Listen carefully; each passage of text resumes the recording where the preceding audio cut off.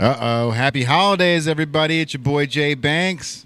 Tuesday, 8 days away from Christmas, and we've got the biggest guest of the year. What's cracking, AI? How you feeling? I am so excited, first off, because we're getting close to Christmas, and I'm pretty excited about what I have going for my little one, so excited to see her reaction. And her reaction every time she sees this guy is priceless. So really excited about tonight, and yeah, it's just everything about this season really just brings out so many good vibes and like people just showing so much love. Whether they come down to the store, they're just showing it online and whatever. But yeah, such the best time of the year, and we're excited to have him. We got him. Yeah, we North got him in the building. Enterprises' very own Santa Claus.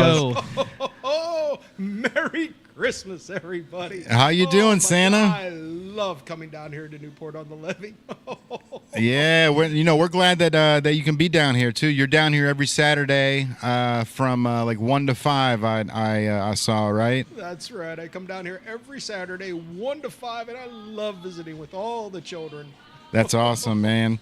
Yeah, we were, we've actually met way back in 2019. You popped in on the original podcast. Oh, I remember. And that's awesome, man, because that was when we had just a little pop-up shop over here, and yeah, we only had like a 4-week stint. It was only like 28 days that we're supposed to be here, and 5 years later, bro, yeah, they can't kick us out. Right? It's crazy. It's wild. No, man, but this is an awesome moment because this is, there's a lot of toys that are on the market, and I was asking you earlier about baseball cards because that's something that I want in my stocking this year. Andrew, is there anything in particular that you're trying to get out of Santa Claus this year? I just really. It's all about Charlie this year, isn't it? Yeah, I mean, really, like, there's nothing that I'm really anticipating. I'm excited to see her reaction when we do the mystery balls, because I'm going to get her some of those mystery balls. They have come with LOL dolls and so many different things. Excited about some stuff I've got her. I mean, she's excited about a Barbie car. I'm excited about, just seeing her reaction to things, because she asked for stuff, but when the time comes and she looks at it and she opens it, like the best daddy ever, like all that good stuff is just like pours out of her mouth, and it's just, I don't know, there's nothing better on this planet than a reaction from her like that. So yeah, man, I'm excited for it. I mean, it feels like December is flown by right now, just like every month the last few months. I feel like they're flying by. So it really is. I mean, we're here. And I was talking about it this morning, man, with Josh Salandino, and being a local business or a small business in general, like you kind of miss out on like the whole holiday festivities and stuff like that, because right now, like, everyone's in a panic. We're all trying to get bills paid, and we're trying to keep the store stocked and things like that, and we're just waiting for everybody to come down, and it's like we can't do our shopping until other people come down and do their shopping, right? But it's like every single day we're down here, and it's like, okay, this is it. Today's the day, and then it just comes and goes, and it's like, I feel like I'm missing the joy of Christmas by the day to day of just running the store. You know what I mean? So you really got to step back and let Santa Claus walk in the door on a podcast, bro. Yeah, I think you make a good point, because we're in the thick of things. So because we're so engulfed in what we're doing and trying to be able to Christmas shop for our families, be able to do our thing, and because just at the state of the world right now, so like everything has been going on, and we're kind of seeing that kind of clear away, and the holidays are opening up a whole new like level of like clarity, because people are like, now all the politics stuff is done, so now everyone can just focus on their families, their friends, and loved ones, rather than the bickering that we had over the last 6 months or whatnot. Mm-hmm. So like now because it's an election year, it was an election year, so like this is different Christmas than last Christmas, each one's different, and he's over here waving to the. He's multitasking. Yeah, he is. Santa's multitasking. Oh, Santa's got to wave to all the children. Oh yeah, it's important. Yes. You talk about the getting into the grind, but I'll tell you a little secret. just grab somebody and give them a big hug. Oh yeah, It's amazing how far that'll go. That'll bring back the holiday spirit. sure does, Sometimes just man. a big hug. That's all we need. Sure does. It feels good too, man. Me and the wife hug it out a lot. You know what I mean? Just like I can tell she's having a rough day, and it's just like, squeeze one off on me. You know what I mean? Yeah. It's it's amazing what a high and a smile and you see the videos where people are like, "You look marvelous today. I love your outfit," and it's like that changes somebody's mood the entire day. Yeah, instantly. Yeah. I mean, when people, it's about the human connection. So when you connect with someone and they give a compliment or they give you some kind of a positive reinforcement, you're like, all right, well, like I'm going to pay that forward. I'm going to give it to the next person. You know what I mean? Like positivity breeds positivity because people see it and they're like, hey, man, I'm trying to be in that spirit. Hey, what's up? I'm trying to be in that spirit. I'm trying to be in that headspace so I can, have the best day ever. That I can, be fulfilled in my everyday walk and the grind as we're saying, and I think looking at it as everything will be okay, everything will work out as it should, but we as business owners have to think about this stuff outside of what they're thinking about, because they're thinking about, all right, I need to get off work, I need to go to the store, I need to get this, I need to stop here, and we're like, all right, before even the store opens, we're thinking, all right, well, what preparation do we need for the day?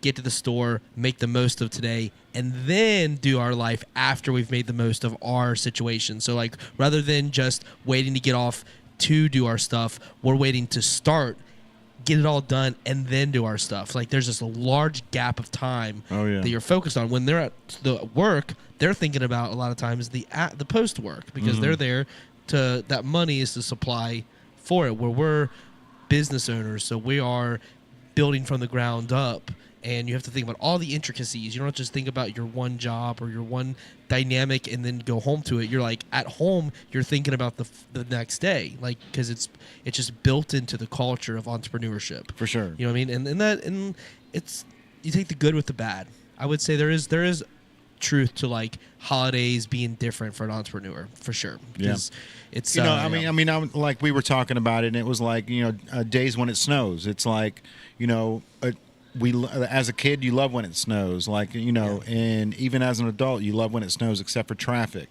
But as a business owner, you see snow and you go, business is going to be slow today. Yes. You know what I mean? Yep. And there's a double-edged sword to all of it, man. Yep. But I do have a question. That Barbie vehicle that Charlie wants, is it one that she can sit in, like one of those little motorized ones? No, I thought about getting the motorized thing to surprise her, but I didn't think Too many stairs in that house. No, it would actually go. We'd use it more outside. It could be larger. Oh, cool. It's a bigger thing. But I am gonna get her a bike for outside. So waiting on that. Should be getting that here soon. But like the bike is gonna be that dynamic of which she can ride and make the most of it. The Barbie car is like a car she can literally put her Barbies in, because I don't have one and she has one in other places, so she needed one for my house. Yeah. So she's like, Daddy's house, I really need a Barbie car. And now yours is going to be the new one, bro. Mine is gonna be the new Barbie car, yeah. And I think it's an interesting Barbie car. It's not a long one like I remember when I was like younger seeing the Barbie cars. This one's like more compact, but it has like all the little Santa, do you know which one he's talking about? Is it a Corvette? It's not, the old ones are Corvettes. Right. The old ones are Corvettes. This one is. This one's smaller. This was like a smaller version. It's like the compact thing now. It's like all the cars that looks like a newer car. Yeah, they model a very newer car. Yeah, for sure. Really? It's not an old school vibe. No. It's like a fuel efficient newer car. That's what they're. Yeah, I mean, then there's multiple Barbie like cars, I suppose, because we found one, but I've seen others. But the one I found, I was like, this is kind of cool, and it was like, I mean, obviously it's not too expensive, but it's. Barbie's not cheap, but like I was like, it's affordable. It's a nice little car. This is cool. I got a guitar for her. I've got some other stuff that's gonna go with it. But like, Charlie, don't listen. She's not gonna listen. She's seeing Santa right now. She's not even hearing. Yeah, but that's the thing is, when I'm shopping for her, when I'm looking for the things to get for her, I'm trying to look for what's gonna get like the best reaction. The wow factor. Yeah, that's what I'm like kind yeah. of thinking of, rather than a whole plethora of toys where scattered about the room where you can't step without stepping on it. You know. All right. Well, I'm trying to look for the big one. Andrew, I want to say something. I think you're onto something that's lost in today's world. Okay. You're getting her a bicycle, and that's amazing. I am. Because motorized cars, and that's all the kids want, but they're losing the physical activity that comes with a bicycle. Man, they all wanted that hoverboard like 4 years ago, bro. Yeah. So the bicycle is an amazing gift, and that's one I strongly encourage. I think that's great. The cars are fun, don't get me wrong, but it should not take away from the bicycle. I think the bicycle is a very important toy that all children should grow up with. Oh yeah. And Andrew's good with that too. He takes her out on bike rides, but she's always strapped to the back, and he'll go from Dayton, he'll ride up here, hang out, and then go take her down to the museum or something. But what was the one gift that Santa gave you that was like the wow, like the same wow factor that you want like Charlie to have when she's growing up? Like, what was the one that Santa got you that was just like the one gifts. I remember when when I first got my bass, that was exciting, and that was around the holidays, but it wasn't necessarily a Santa gift. It was a gift from how's it going? family. But that was a wow factor when I got my bass. But the bass guitar definitely, because it started a whole thing. It's why I'm here sitting in this chair ultimately. But when I got the GameCube. All right. Okay, so don't get me wrong, I liked the Nintendo 64 more. But when I got the GameCube, that was a moment that was exciting because I've never really been like easily peer pressured, because I've always just kind of like ran in my own lane, and I'm like, I'm just gonna keep going, like they can be here or not, like, which has like a selfish vibe, because I'm like, I gotta keep going. But I learned quickly that they're just not wanting to go. Like, people just don't. They just want, like, I'm comfortable in this situation. He moves quick.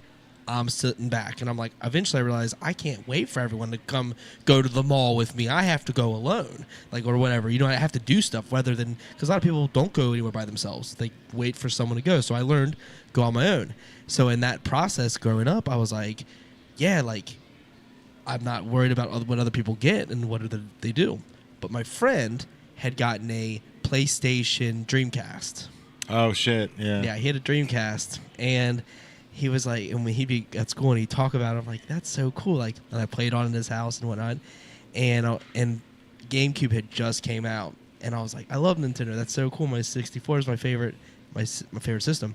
And then I was not at all expecting to get that. Yeah. That was not even on my radar, even though, because I knew about it, but I was like, it was so new, and at the time, because they released things at the right time. You got the better hand of the bunch. That Dreamcast was a bust, bro. It was, but at the time, it was a big deal. It was. I mean, I had it, like, the games that came out from, like, there wasn't a ton of games that came out. I feel like you know they dropped the ball at that whole thing. They could have made it so much more. It was ahead of its time, I feel, for sure. But when I got that GameCube, I was like, whoa! It was like the purple one. Yeah. Dude. Oh yeah. I was blown away. I couldn't believe it. I still can't believe it. And even though I've learned the GameCube was also had a major flaw, you could touch the laser. Yeah, like you could touch and ruin it completely. Exposed. Yeah. I went through 2 GameCubes because my brother. You were just trying to clean it off, probably with his finger. Chad just would I don't know what Chad would do, but he would. Chad was wild when we were younger. Chad was always doing something. So now he's all grown up and he's moved on from that. When we were younger, I was like, he touched it. I was like, Chad, did you really just touch that? And then it wouldn't work anymore. I'm like, what is happening, Chad?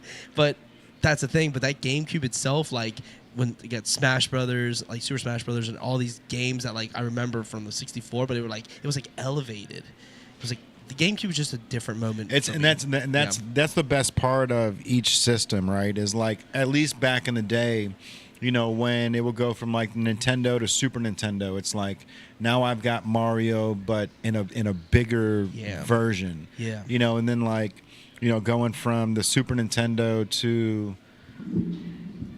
what was after the Super Nintendo? Well, 64, and then the Nintendo, Wii, Super Nintendo, 64.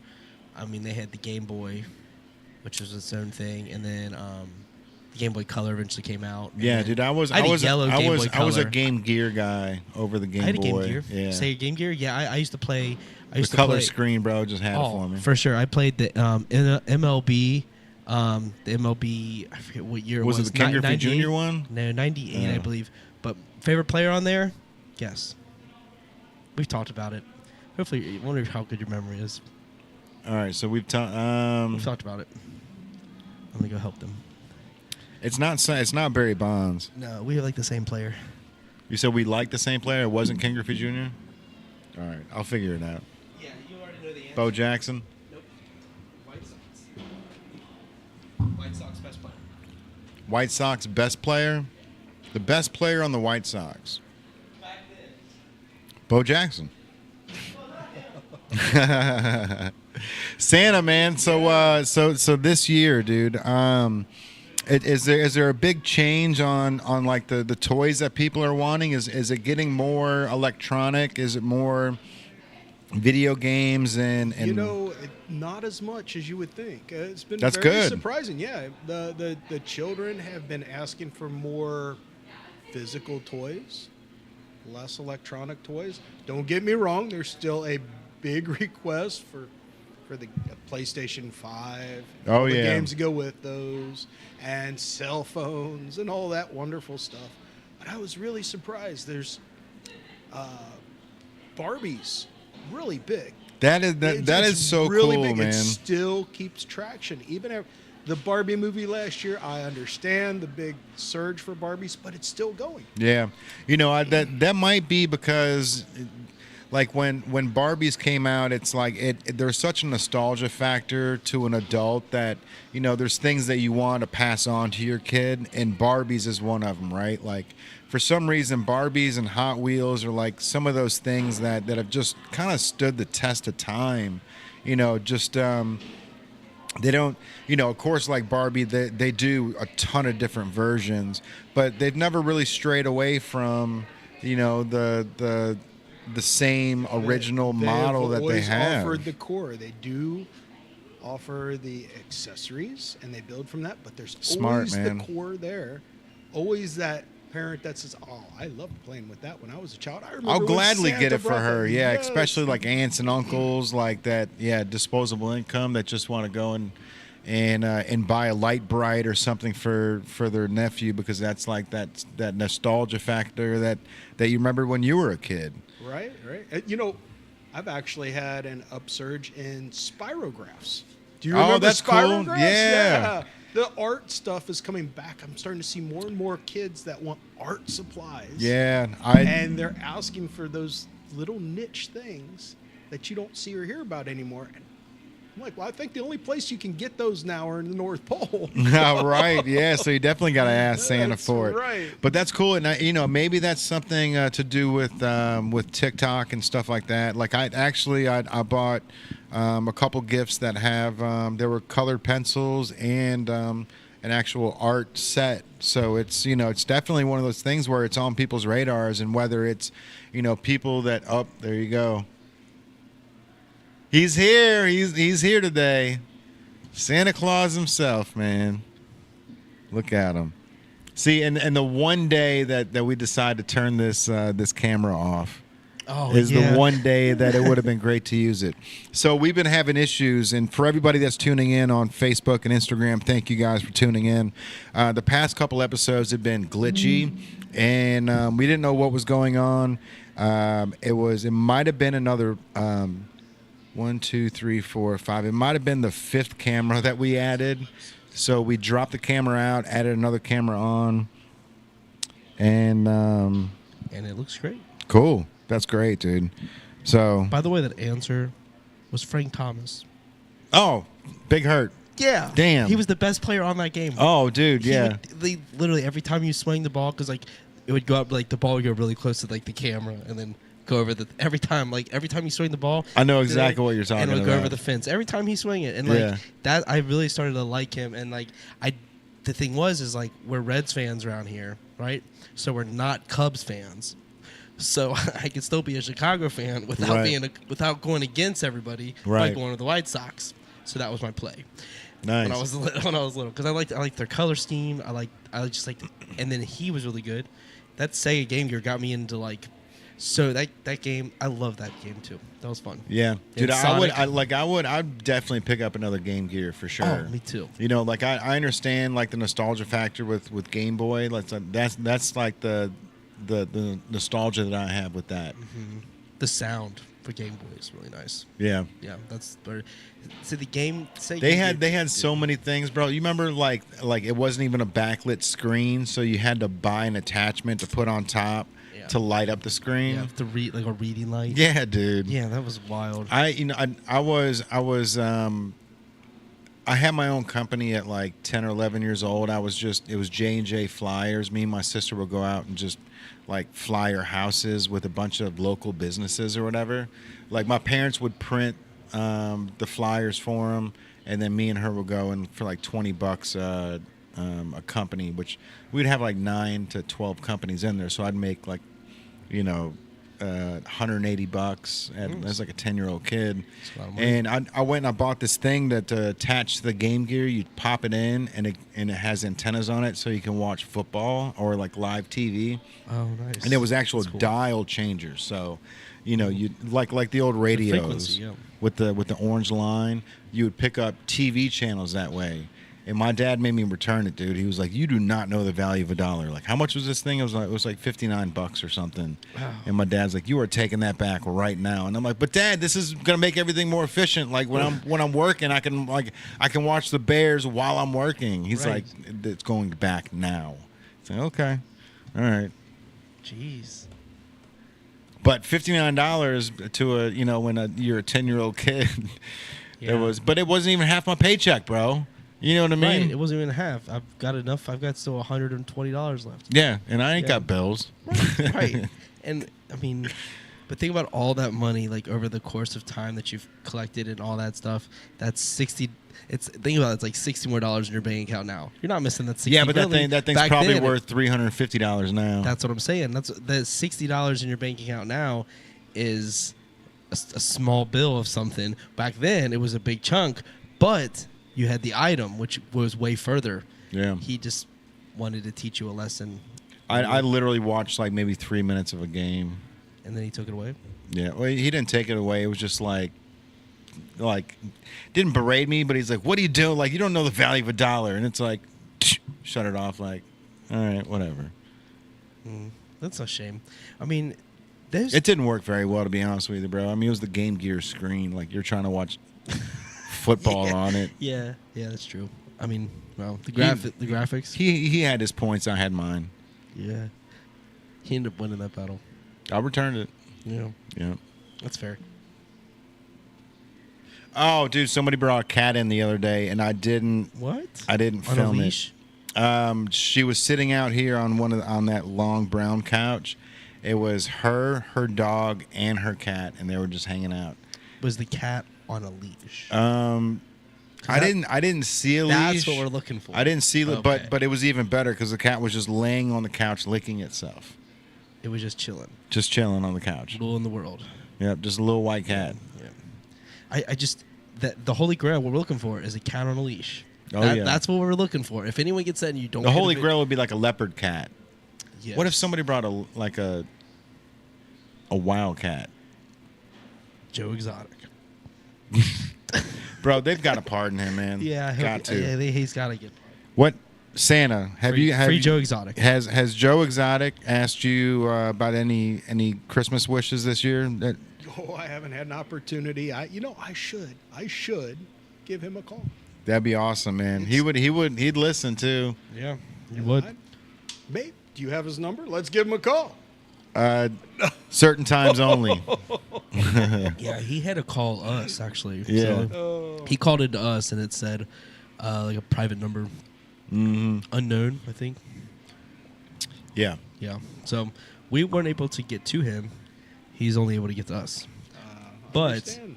we do have a direct line to talk to him, text him, message him, and we could probably make that happen. I think he would hop back on and do another conversation. And having yeah. Santa here, having that. I mean, it would probably have to be after Christmas, so you'd be off season. But Santa's never off season. Santa's never off season. Oh, no. What do you do in January? Do you Yeah. take a vacation with the missus? Do you For a short period of time, I will take a little vacation. Then we're right back to the North Pole and back to work. All right. And what's the when it comes to the North Pole? You know, what's the funnest thing about the North Pole? Like, you know, you've got the reindeer, you got the elves, you've got the toy factory, you know, you got Mrs. Claus at the house. You know, do you have a dog as well? I do. You Her do have name's a dog. Sparkles. Oh, Sparkles, of course it Sparkles the is. dog, yes. That's awesome. Yes, yes. Oh, you know, I think Santa's a little older now.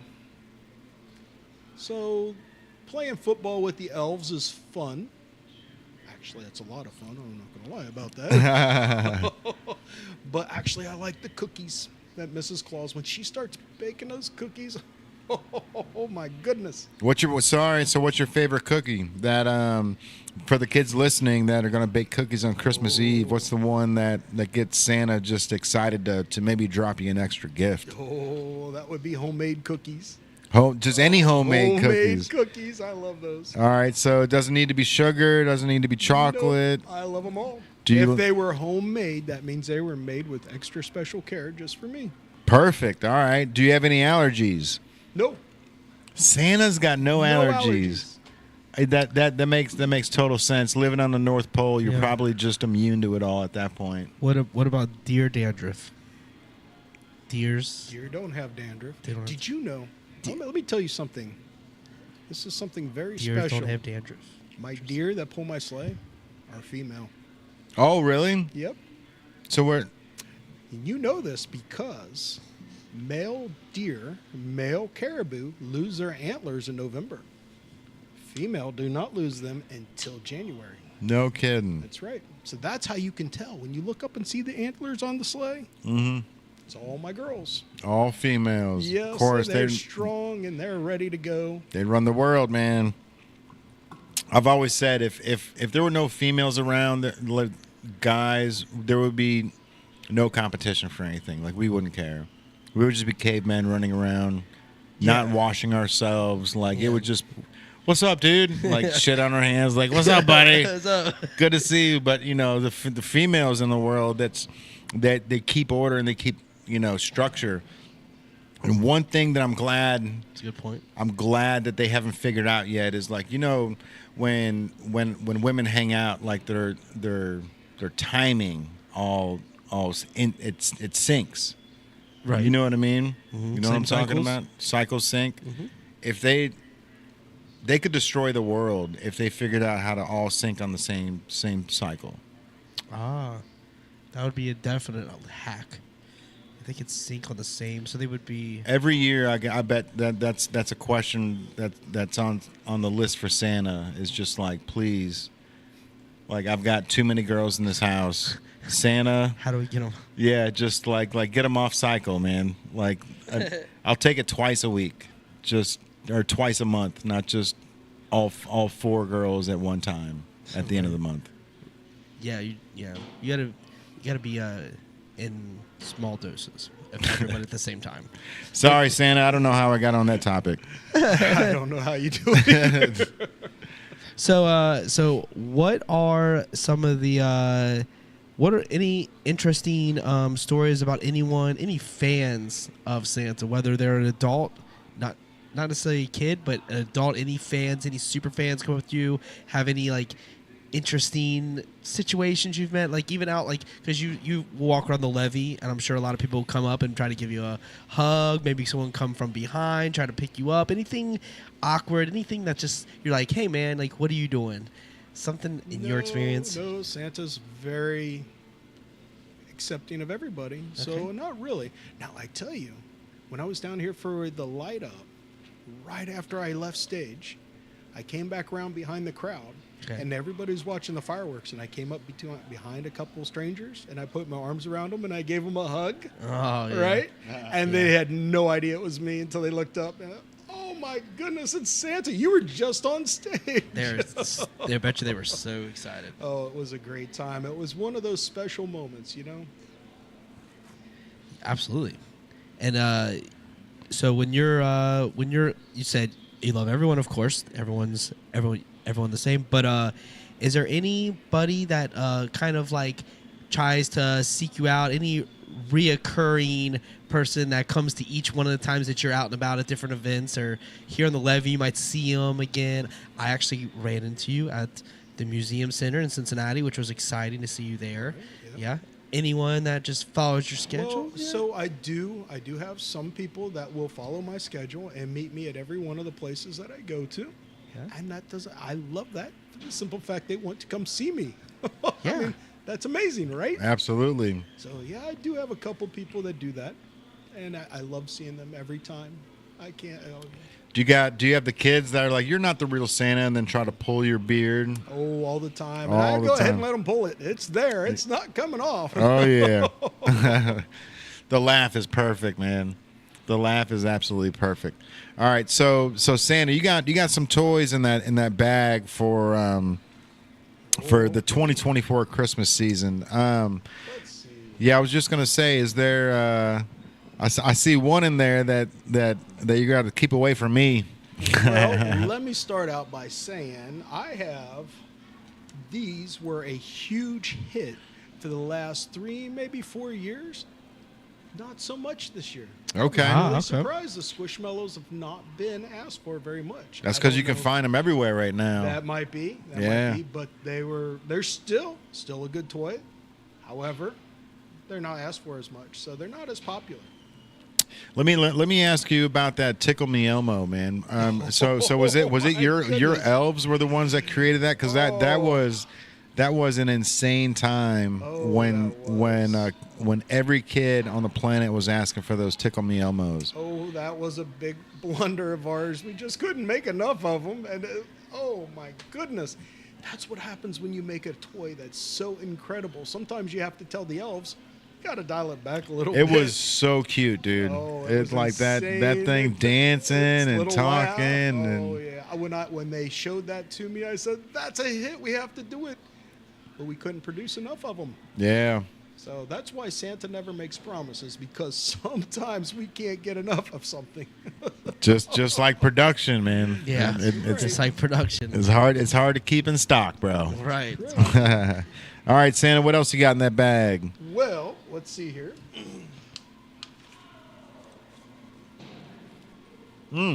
So, Speaking of, Andrew. oh my. Oh, there now it this is is. the LOL version. This is the LOL surprise. Okay. Usually when little girls ask for LOLs, they want the surprise because everybody loves a surprise. Everybody loves a surprise, and this is a popular one too. So when you get an LOL, the surprise is going to be the best one to get. awesome. So they actually Topps, the baseball card company, created some of those as well this year.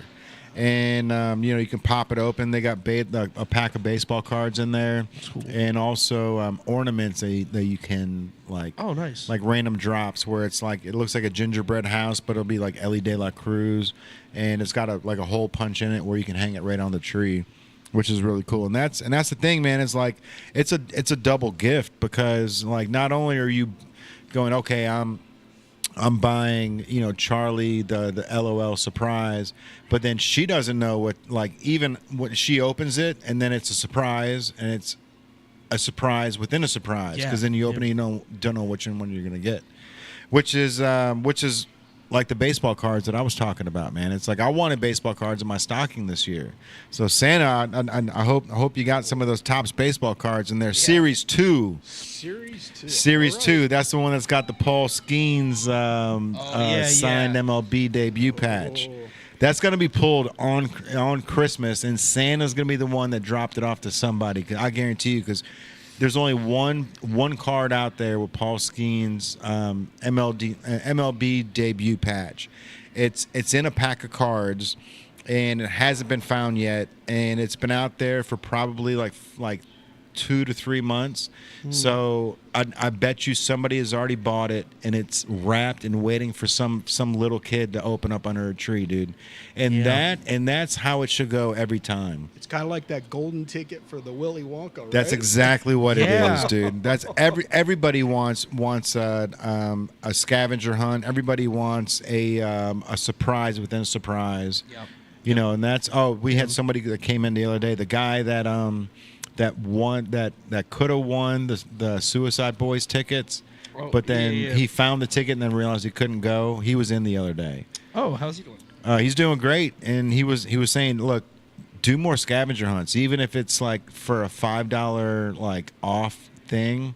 He's like, these scavenger hunts, like people love these, man. He's like, I would do it every time if you put them down. He's waiting for the next one. Wait for That's the next what it one. is. He's just trying to get it. Yeah, He is trying to get the ball rolling. I'm here for it though, 100%. Oh, dude. for sure. There's metal cards placed everywhere. We got to do a much larger one next time. For sure. Yeah, because he figured it out pretty quick from what he was telling me. Yeah. I don't know if he found the one in the window as quick, but Because there was the ones that found it the night before. They didn't come back. Remember the ones that won? they were waiting here at like 9 in the morning. Yeah. They're waiting for you to come in and give them the good news. Yep. Mm-hmm. Which is genius. Like I like that. Well, I probably shouldn't say it live here, but all right, Santa, what's in the bag, brother? What's in the bag? Well, okay, so I would like to point out, Thank you, guys. magnetic toys are amazing. Magnetic They toys. are for children to learn to build. However, make sure the magnets are completely sealed. Okay. We don't want the magnets to get out. Children can choke on them. They can swallow the magnets. And they Oh, can for explode. sure. Yep. So, toys like these where the magnets are completely sealed. So what? Thumbs So up what? from So what does that do? Actually, is that kind of like a Roblox? But Yeah, exactly. That's exactly what this does. You just build them. They stick together with the little magnets, and you can just build your little blocks just like a Roblox. Oh, that's Exactly. genius. Yes, it's a fun little toy. Kids can play with it for hours and hours, and it goes on and on. man, if they would able to put like magnets on Lincoln Logs and stuff like that, they were trying to build back yeah. in the day. You know what I mean? Magnets on Lincoln Logs would have changed the game. Yeah. I don't know one person that I grew up with that was able to build an actual log house with those. And keep it up. I've never seen one, Yeah. personally. Me either. Uh-oh, Santa's putting something together over there. Yeah. Whoop. I need my toy expert here. Yeah, you need one of There we go. that thing. Oh, now this is probably not this particular one, but this Legos is the #1 requested toy this year. No kidding. Again, another Legos. staple. The Star Wars is really high on the list, along with the Harry Potter. Harry Potter's still big, yes, Yes, it's amazing how many are asking for Harry Potter. Dinosaurs, Really? Lego. They've been extinct for a long time. It's really wild. Not in the Lego world, Right.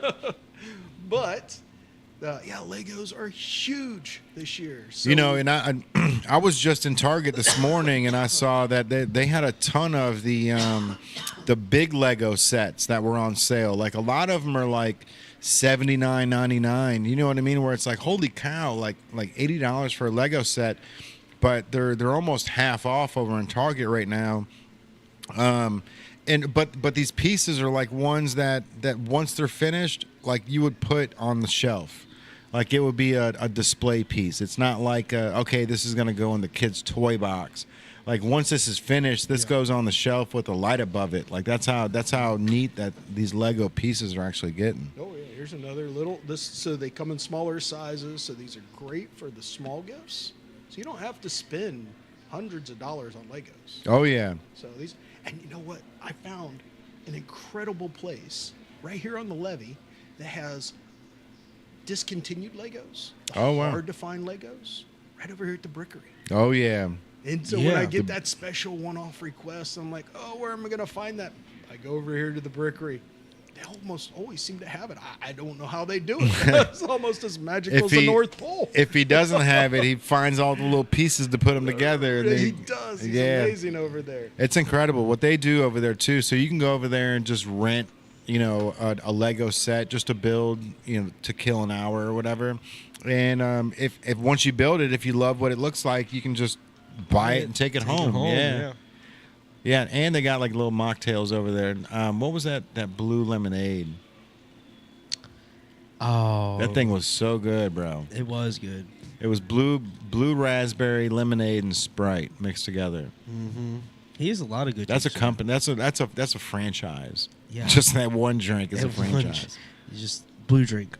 Yeah. Mm-hmm. Yeah. It's got good stuff over there. So this toy What's right this? here is a What is that? terrible mess. I don't recommend this one, but I wanted to call it out because it's this Interesting. toy. You pull out the fur and you stuff it inside, and then it creates these little creatures. Oh But wow! the fur gets all over the place.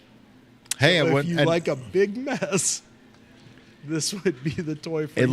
looks blacklight reflective though, which I'm that's my wheelhouse, man. So I don't know. I've never tried that. Let me see this. I got. It looks like cotton candy. It's a big Oh, dude, mess. that- You put that in the hands of a child, and it's all over the place.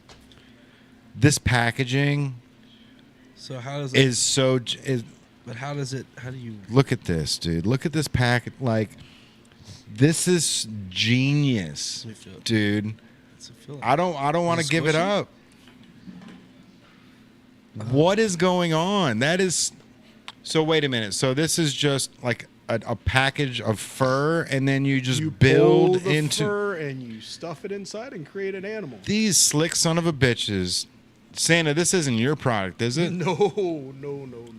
I am obsessed with the package itself. It is. It's. It's This like, is so It's satisfying. like rubbery. It's plastic, but it's like rubber. It's like 3 ways to play: pull it, reveal it, stuff it. but you're stuffing it into an animal that already exists. Yeah. So you buy two pieces. No, that's all right there. You pull the fur off of it and stuff the fur inside of it, Okay. which the fur never makes it inside of it. It ends up all over the playroom. So you've played with one. So where can somebody find this? This thing is neat, dude. Oh, well, you can't find those in the North Pole. We don't allow them anymore. Fluffy, Oh, stuffy. He's got a no fluffy sign. Oh, no my fluff goodness. zone. No fluff zone. This I funny. wouldn't even open like this Is a toy. This is satisfying. Just like carry it maybe because like all my life I've been cut by what do they call these packages? Blister packs. They call them blister packs because when you try to rip them open, you always get a blister on your hand. You always cut your hand open. This is revolutionary, dude. I'm more impressed with the packaging than I am the product. I'm impressed with the product. They're selling colored cotton, and they're like, you put it together. Yeah, you do the work. This is awesome, dude. I am so impressed with that one. Holy cow, dude. That's impressive. Oh, my- That's crazy. But you know, we have to go back to the old days. All right. Oh, and this one, I was surprised how many times I've been asked for this year. Really? You can still The find that? iconic Red Christmas. Ryder BB gun. That's amazing. And you know what I tell them every time, right? Amazing, yeah. What do you tell them? You'll shoot your eye out, kid. Hey. Ask the mad scientist. Oh, my goodness. Yeah, it's amazing how many times you get asked for this. And you can still buy that in the stores? You can, but you can get them at the North Pole, too. All right. That's right. That's crazy. I'm sure it's probably pretty much the same as it was back in the... Oh, yeah. When did they come out? In the 60s? 70s? It's got to be the 60s, right? I don't know. I think it might be even a little earlier than that. And that's the Daisy Red Ryder BB gun. That's right. That's crazy. That is crazy. Yeah. I'm surprised I'm not surprised because the movie's still, as popular as ever, but just it's weird seeing it in the flesh. It really is weird Yeah, seeing it in it's the flesh. Yeah, it's weird seeing it in the flesh. Now, Now, the big problem at Christmas time is those teens that say, I don't want anything. What do you do with those kids? But you know what? They do want something. And I'll tell you exactly what they want. That $1,200 iPhone. Oh, well, we've got stuff that they want that's a lot cheaper and a lot easier to get. All right. Let's start off with Uh-oh. every teenager wants a soft hoodie. Let's go. I've seen that thing before. Oh, and this is the perfect one right here. Hey, Santa Claus. It doesn't get much. I mean, this is so cool. Not only are they soft and comfortable, but they're sporty too. Is sporty still a word? Sure is, Oh, man. I love it. Let's go. Right there, we've got this one. But what do you do with that teen that has all kinds of hoodies? Oh, well, we go for the next wonderful product. Here we go. We have the native hats. I love these hats. These things are incredible. The only problem I have, and I've got to ask you guys, why is there no North Pole area code? What is the North Pole area code? Oh, that's a secret. All right. Oh, you got to figure it out. All right. I think, yeah. These are amazing. You put these in stockings or teenagers. These are perfect for teenagers. Yes, sir. Now, what do you do with that one teenager that loves to get real active? Uh-oh. Oh, and here's... There it is. Oh, let me get it around right. There it is, the native deck. Oh, my goodness. She purty. She is, isn't she? Let's go. Oh, we got to cover this. This is banned. No, but it's amazing. Not only that, you don't know what you're buying when you come here to Native to get it. Oh, true. yeah. That's right. You come here and it's already packaged. Now, Jay, let me ask you, are there any of the holograms left? Sure are. I've only seen one holographic board be open, and probably at least I would say 80% of the boards were open here in store. yeah, I know of at least one holographic that has been claimed, but I don't think much more than that. I know gold has been claimed. I saw them open a gold. I know a silver has been claimed, and quite a few white boards. But I don't know how many holographic are available still. But I mean, I can only imagine there's still at least one or two. I mean, we've had most people show us. They've done the unboxing videos pretty consistently. So Yeah, there's only like 3 or 4 boards that I haven't seen open. yeah, But there still is a 50-50 chance that you're going to get a gold, silver, or holographic board, or the white one. we've seen a lot of whites. So I know there's a lot of white boards. So they're obviously gone now because I mean, Well, what we did was I released the exact amount every time. So we did it in 5. So I released one holographic board, and then 2 gold, 2 silver, and then 5 of the white. So we would box those up, put them out. Once those were sold, then we would do the same thing, just to keep it where it didn't offset at the end. And so there still is a decent amount, but that holographic one has just been hidden. Like we had 5 of them, and every time that those, we got down to 1 or 2 boards left, I packed up another 10 and put them out there. So I really think there's at least 3 out of the 12 boards that are here. I think 3 of them are holographic. that is pretty good odds. I mean, yeah, that's pretty good odds for real. There's like 12. You said 12 boards left. 12. I think there's 11 boards left. 1, 2, 3, 4, 5, 6, 7, 8, 9, 10, 12 boards left. 12 boards. And he's got one of the boxes right behind him. Right here. That might be the holographic one right there, dude. This one right here. That might be it. Oh my goodness. So that's the best part of the of what we were talking about earlier. You know, the opening up a gift and then having a surprise within a surprise. So the skateboard itself, we boxed them up in a nice 33-inch box for the board. It's got a couple stickers in there as well, and you get a wall mount for it too. The skateboards it's a piece of art. You know, we do have people that skate them, which is totally cool. We encourage that, but we also encourage to hang it on the wall in the man cave as well. Yeah, Okay, so quick question. What does Native charge for one of these? It comes with all that stuff, right? Comes with all the stuff, yeah. With the wall mount, we're charging $85. 85. $85. Okay, I'm going to buy this one. All right, man. Well, you know what? Can you take North Pole money? We 100%. I'll definitely take North Pole money. And you know what I'm going to do? I want to open it right now. Oh shit! On the podcast to find out. Oh. Can we do man! this? Oh, he twisted Oh, that's it. incredible! He caught us. Oh, Yeah, let's do this. We're gonna give you a Because Santa discount too. Santa does not get to open surprises very often, and this is an exciting moment. Oh, for me. I'm excited for it. Santa's too. opening Are Christmas we ready gifts. For this? Yes, we are. Oh, We're about to be ready. okay, you guys got it.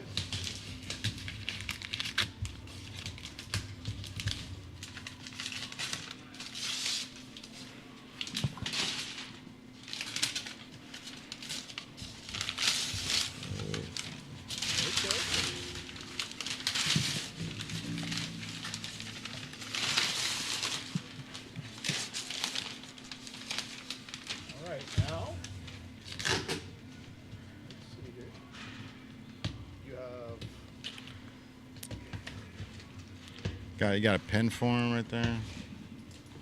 Oh, yeah. Thank you. Hey, Santa with the catch. Are you guys ready for this? Oh, we're ready. We are. Let's see. This is interesting. Oh, just kidding. I'm taking it on home. The suspense. He breaks the internet. Here we go. You ready? Is it going to show it as I open it? No, it's gonna be. You gotta flip it You over. have to flip it over. Oh. What is it gonna be? Well, What does that say on there? there's our native. Yeah. I can't tell. It's like, Oh. Are you guys ready? Oh, we're ready. Are Which you one is excited it? to see a hologram? I'm excited to see what you have. Oh, let's go. You went with the. It's a white Oh, that's one. Christmas colors too, in the red and the white. I do like that. Yeah, This part's banned. his band. That white one is my favorite, man. That's the easiest one to get autographed and to sit on the wall as a prize piece for This sure. one's going to sit on my wall in my toy shop. Oh my goodness, for Santa. Let's go. Right. That is Right. so. We're going to Hey. use this as an example for our skateboards. Hey, that's awesome, man. Thank you, right. Santa Claus. I love Yes. it. I love it. Amazing. And it was a lot of fun to finally actually get to open a present. Right? Let's go. So cool. Santa Claus in the building. All right, man. Well, that means that there's just one more holographic, one more Yeah, gold, just- one more silver to be pulled. That just raised the opportunity for everything else, because one board down is another board up for someone else. You know? Oh, yeah. Yeah. And like I said, the white and red one is pretty fitting for I like it. You know what I Santa mean? You know what I Claus, mean? For sure. That's very North Pole like. Yeah, it's very North absolutely. Pole like. Do you have any other in the North Pole, any other colors that kind of, is it a colorful, like do you like to keep it more earthy? Now think about this for a second. The North Pole, we have the Northern Lights. Oh man, Just gotta see 'em. imagine the incredible colors. So we have purples and blues and yellows and oranges all happening up in the sky. Whenever you want to see some beautiful colors, all you have to do is look up. So, as Santa Claus, can you tell us where the Aurora Borealis actually comes from? Oh, well. Now, there are theories behind it, but reality is it comes from the North Pole. All right. It comes from the Christmas magic that's happening up there. That As makes we build it sense. up, it escapes and off into the sky. That's perfect, man. That's perfect. All right, so Santa, when you're not here at the levee, you've got an entire house over there at Factory 52. Am I wrong? That's correct. Yeah, of course. You're good. Factory 52 in Norwood, there is a Santa house, and Santa is there on Saturdays from 4 to 8 p.m. for walk-up visits, and Santa is there on Sundays from noon to 6 p.m. Nice. Then you can actually schedule private visits, which is really cool because it's no rush, no line, no nothing. You come to a house, you knock on the door, we let you in, you come in and sit down, and it's a chat with Santa. That's cool. You know, that's all it is. You just come in. It's just like sitting in my living room, taking pictures and chatting and talking all stuff North Pole. Oh, that's cool, man. That's cool. So, so every Saturday and Sunday, you said it's in Norwood. Where at in Norwood? So the location used to be U.S. Playing Card. Oh, okay. That's where the Factory 52 comes from. Oh, 52 cars. That's right. Yep. All right. Yep. I played 52 card pickup a couple times in my life. Somebody got you. Somebody got me, man. Oh yeah. Oh my goodness. That's great. So how's it going over there? Is it feeling like the North Pole in Cincinnati for you? It's cold over there. Yes, it does sometimes. Nice, man. All right. What other questions you got for Santa? I mean, this isn't often that we have. Yeah, him I here. mean, so in the past in previous years, you kind of had when we have the conversation. There's a lot of toys that you're showing us and whatnot, and you get a lot of kids asking you what they want. Have you noticed anything in years past that was the most popular item that you felt like would always be talked about that maybe you're not hearing anymore, and that because kids like the Barbies or the Legos that you never thought would die. Yeah, So, that is very interesting. Let me tell you something. Do you remember a big rush on a little toy called Furbies? Oh yeah. That's actually making a comeback. Furbies. Let's go. Furbies are making a comeback. Furbies are making a comeback. I've got 2 of them in my house Exactly. still from the original. Those may be They're worth somewhere. something because kids are asking for Furbies again. Okay. Now it's not the most popular toy, but it is being requested. I've actually read that like my generation is the quickest generation to ask for its things back. You know what I mean? Like usually it's a 20-year cycle where people are like, they were like teens and now they're in their 30s and they want their stuff back. Now it's like it's gotten down to like 18 years where we're like, where's that Furby at? Where's that Nintendo at? Where's that Super Nintendo at? Like I need it. And that is interesting because there was a run on Atari 2600s about 3-4 years ago. Oh, really? Yep, those were very popular, and the old cartridges and everything, all the way to the point where people were trying to find the old systems. Oh yeah, because they wanted to say they had the old system instead of a new version. Of the system. Yeah. Now I know these are too heavy for you to carry in your sleigh, but they're called CRT TVs. It's the TVs from not these back here, but like from the 80s, but the ones from like the 2000s, like late 90s. Those are popular now. Like the ones that were so heavy that we just threw out like 10 years ago, 20 years ago. Now people are paying $175 for these TVs because they want to be able to plug the Nintendo 64 into it. Ooh. They don't want to play it on the flat screen because it's not the same. It's not the same. Oh, it's not the same. Yeah. And it's crazy. I bought that one. different. Yeah, I bought that CRT TV off of Gorilla Cinema over there. Oh. Paid $25 for the TV and the DVD, DVD, VHS. The package. Dual. Yeah, paid $25 for all of it. That's not bad. Oh, dude. Worth it. Crushed it. Yeah. Yeah. Worth it. That seems so. I mean, for stuff that it works fine. It works great. It's So perfect, dude. Yeah. It's amazing. I've been trying to find Die Hard so we can play it on that TV for Christmas. Die Hard is a Christmas movie. What do you think, Santa? Is You think Die Hard a Christmas movie? I don't know. There's not much love in it. You know, it's like, There's a little bit of cheating in there. He caught his wife cheating Yeah. in the beginning of the movie. There's a little bit of. He saves everybody at the He end. does. That's a little wholesome. But I don't know. All right. So it's official, everybody. Santa has just stated that Die Hard is not a Christmas movie. No, I didn't state that. I said I don't know. Don't put words in my mouth. You'll be on the naughty list. I don't want to be on the naughty I heard the list, word man. no. It just is a different context. Right. I'll put it in the plausible category. I think it's a Christmas movie. I do. Because I look at it like Christmas movies, because it's played the most during Christmas time. You know what I mean? And the whole movie was basically portrayed on Christmas Eve. Right. But people are playing it in Christmas for such a long time. I think there's some kind of like that the correlation makes it a Christmas movie. It may not be about Santa. It may not be about elves, reindeer, anything frosty or anything like that, or elf. But it's definitely got the vibes where people are conversating about it enough to where I think it's edging on the side of a Christmas movie. So I say Christmas movie. All right. That's my guy. So how many of them are actually Christmas movies? The Die Hards? The Die Hard. Oh, just the original. Just the OG.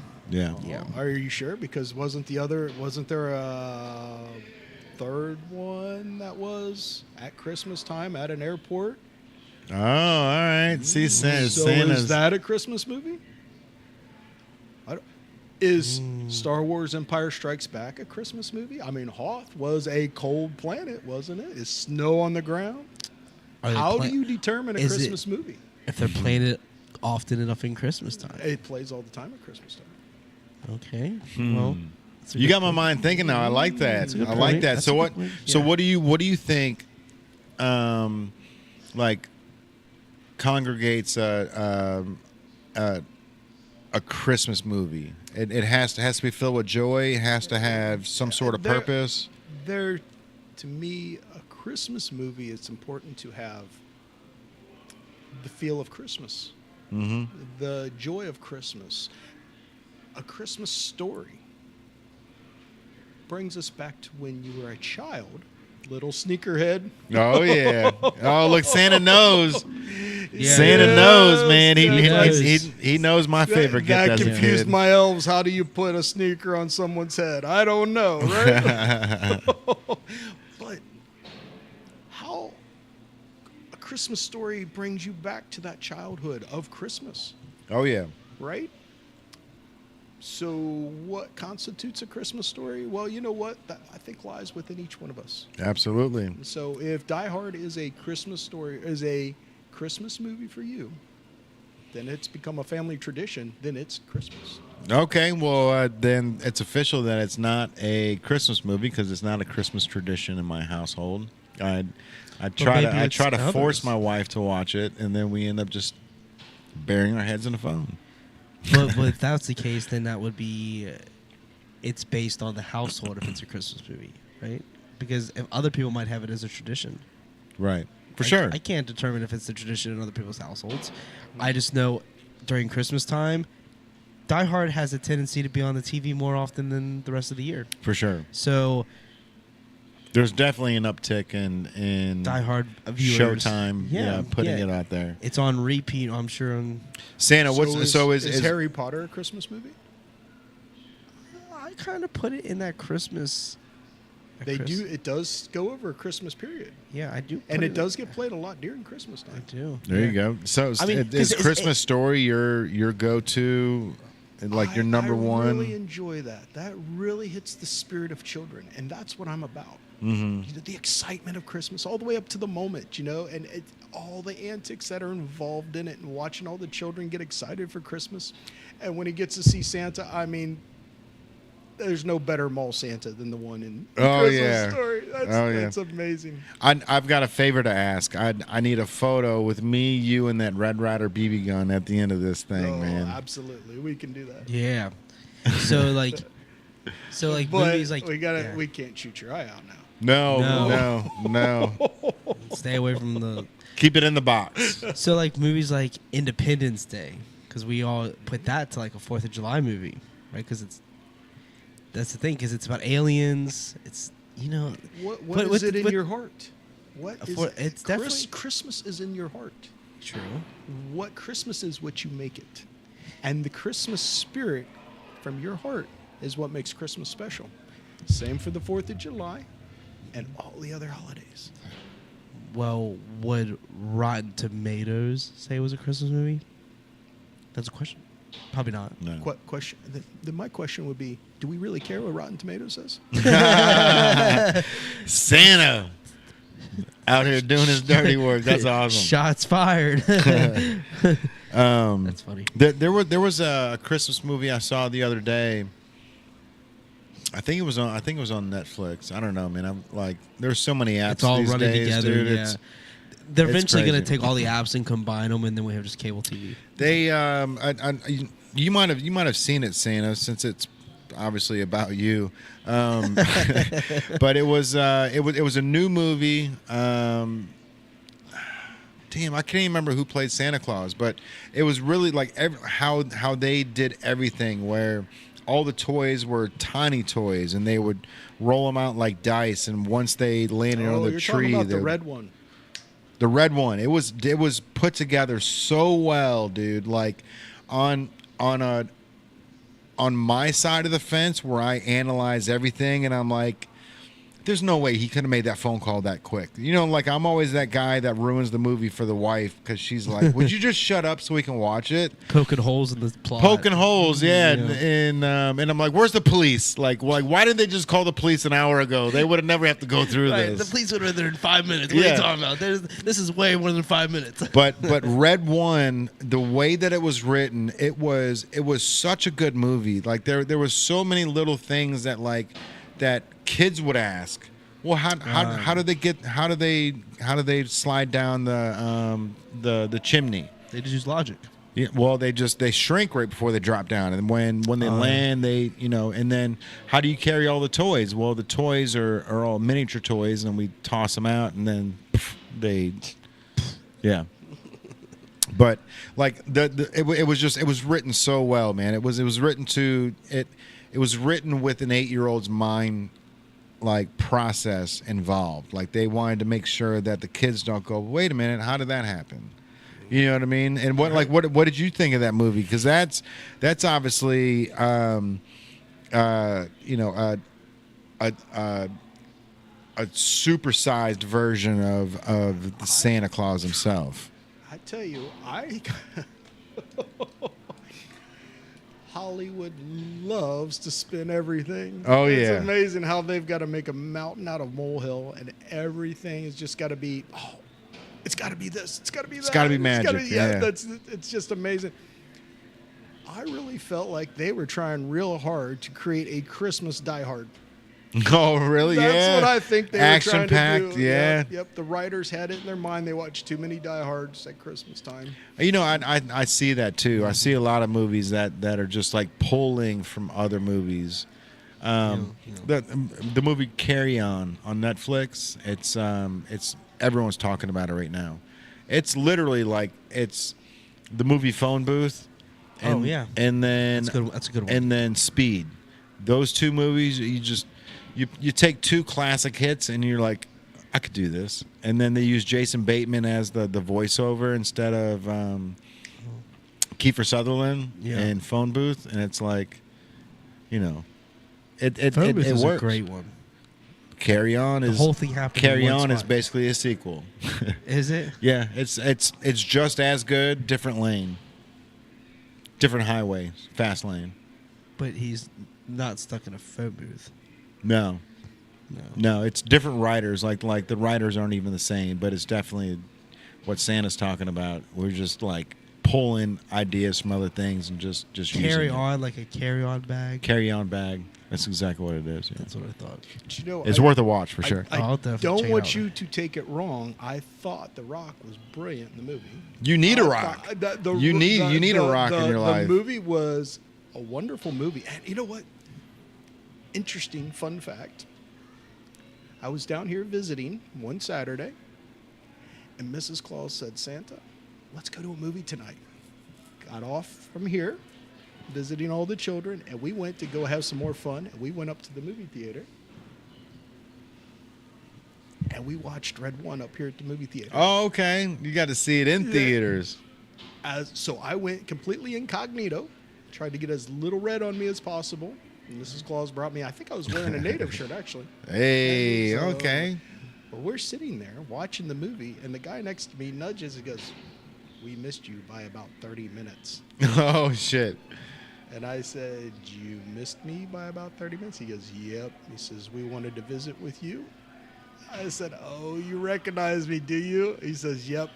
And I look over, and he's over texting the kids, and they're all looking over at me and waving the whole movie. It's like, how many people get to say they watched Red One with Santa? Right. Oh, yeah. How cool is that, man? That is cool. And do Yeah. you get that often? Like, when you're at the grocery store, like not, obviously just in your regular stuff, like where people are like, tugging on mom's like coat going. They "Is that know I'm Santa?" watching. Yeah, they know I'm out there watching. Yeah.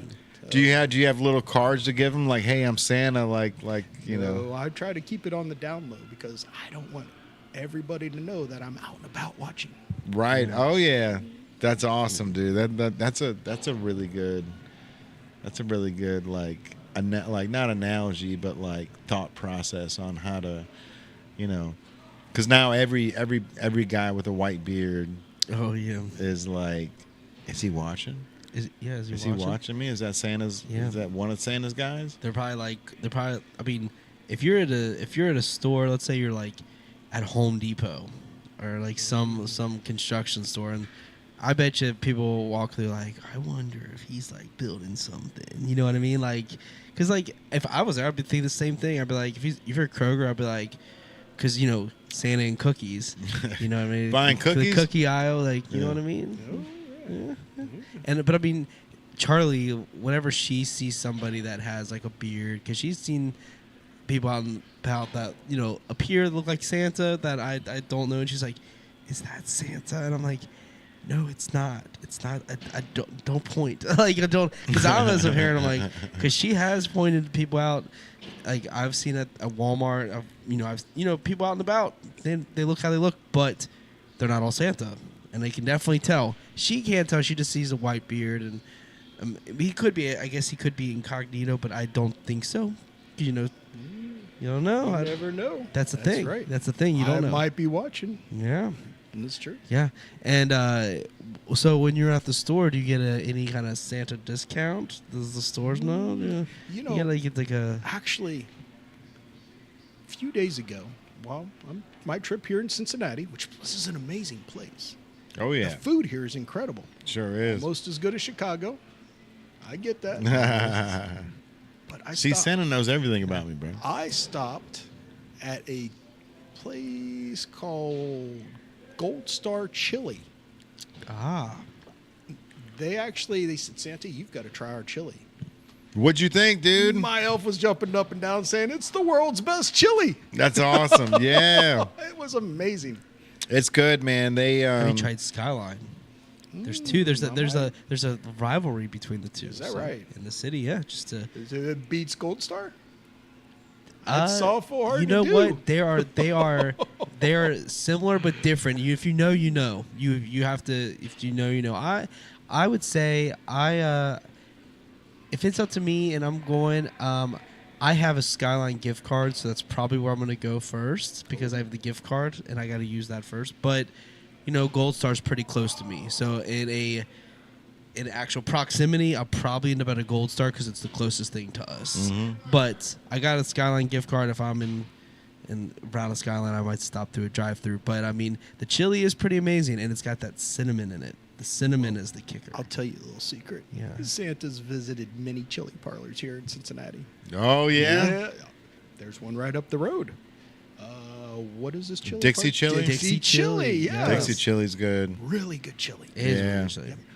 Let's see. Empress chili. I've tried that Yep. one. Yep. Camp Washington chili.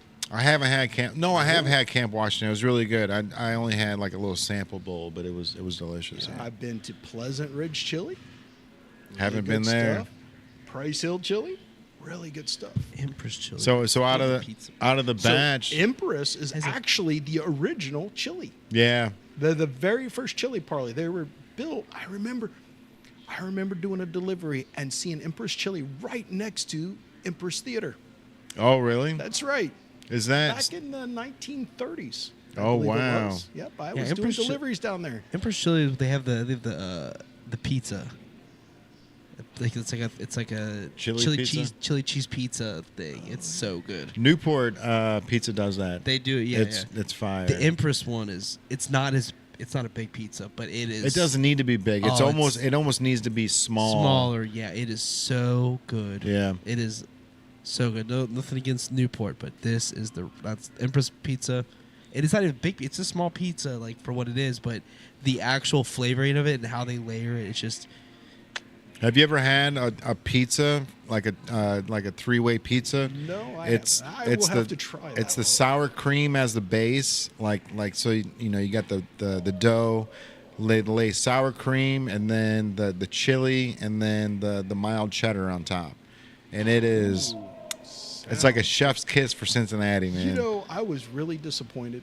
I saw where there was an ice cream parlor. I think it's called Grater's.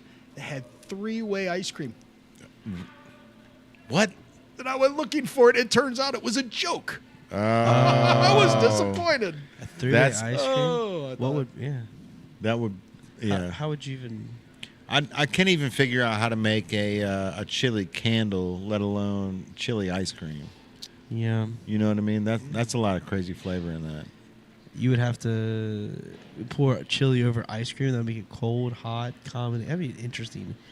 Take a bite. That would be. I don't even know what to think. My senses can't handle it right now. Yeah. Like chili over top of a vanilla ice cream with. I'm sure. No, that's- like- See, now you have to realize I come from a very cold climate. We like stuff cold because everything's frozen up there. What about hot chocolate?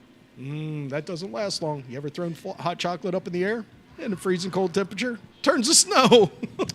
Fair. Chocolate snow. Chocolate That's snow. right. Yeah.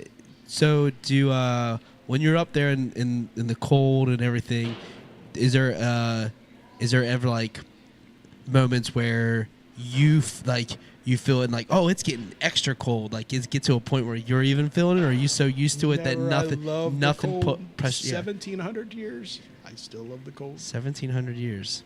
That's right. Still love the cold. 1700 and what? 1731 years. Understood. He just threw it out there. He just hit a home run. How's Krampus? I'm done. Throw him another curveball. That's funny. 1938. That's when the Red Ryder BB gun was invented. 1938. That's crazy, That is crazy. and Yeah, it's that's still. about the same time three-way chili came. No, wait, 1933, I think. Oh, really? With Empress? Yeah, maybe I've been to 33, Empress. 36. Like the only time I've been to Empress was when I worked for Scott's Lawn Service, and it was at basically like a truck stop in Crittenden somewhere. Like I've never gone to like a. I mean, I guess it was its own storefront. It was small, but great chili, dude. So when it comes to Skyline and Gold Star, I think there's a second question that people don't ask, and you know when people say, "Do you like Skyline or Gold Star?" The second question should be, do you eat Coney's or three ways? That's a good point. Because I think that could be the deciding factor.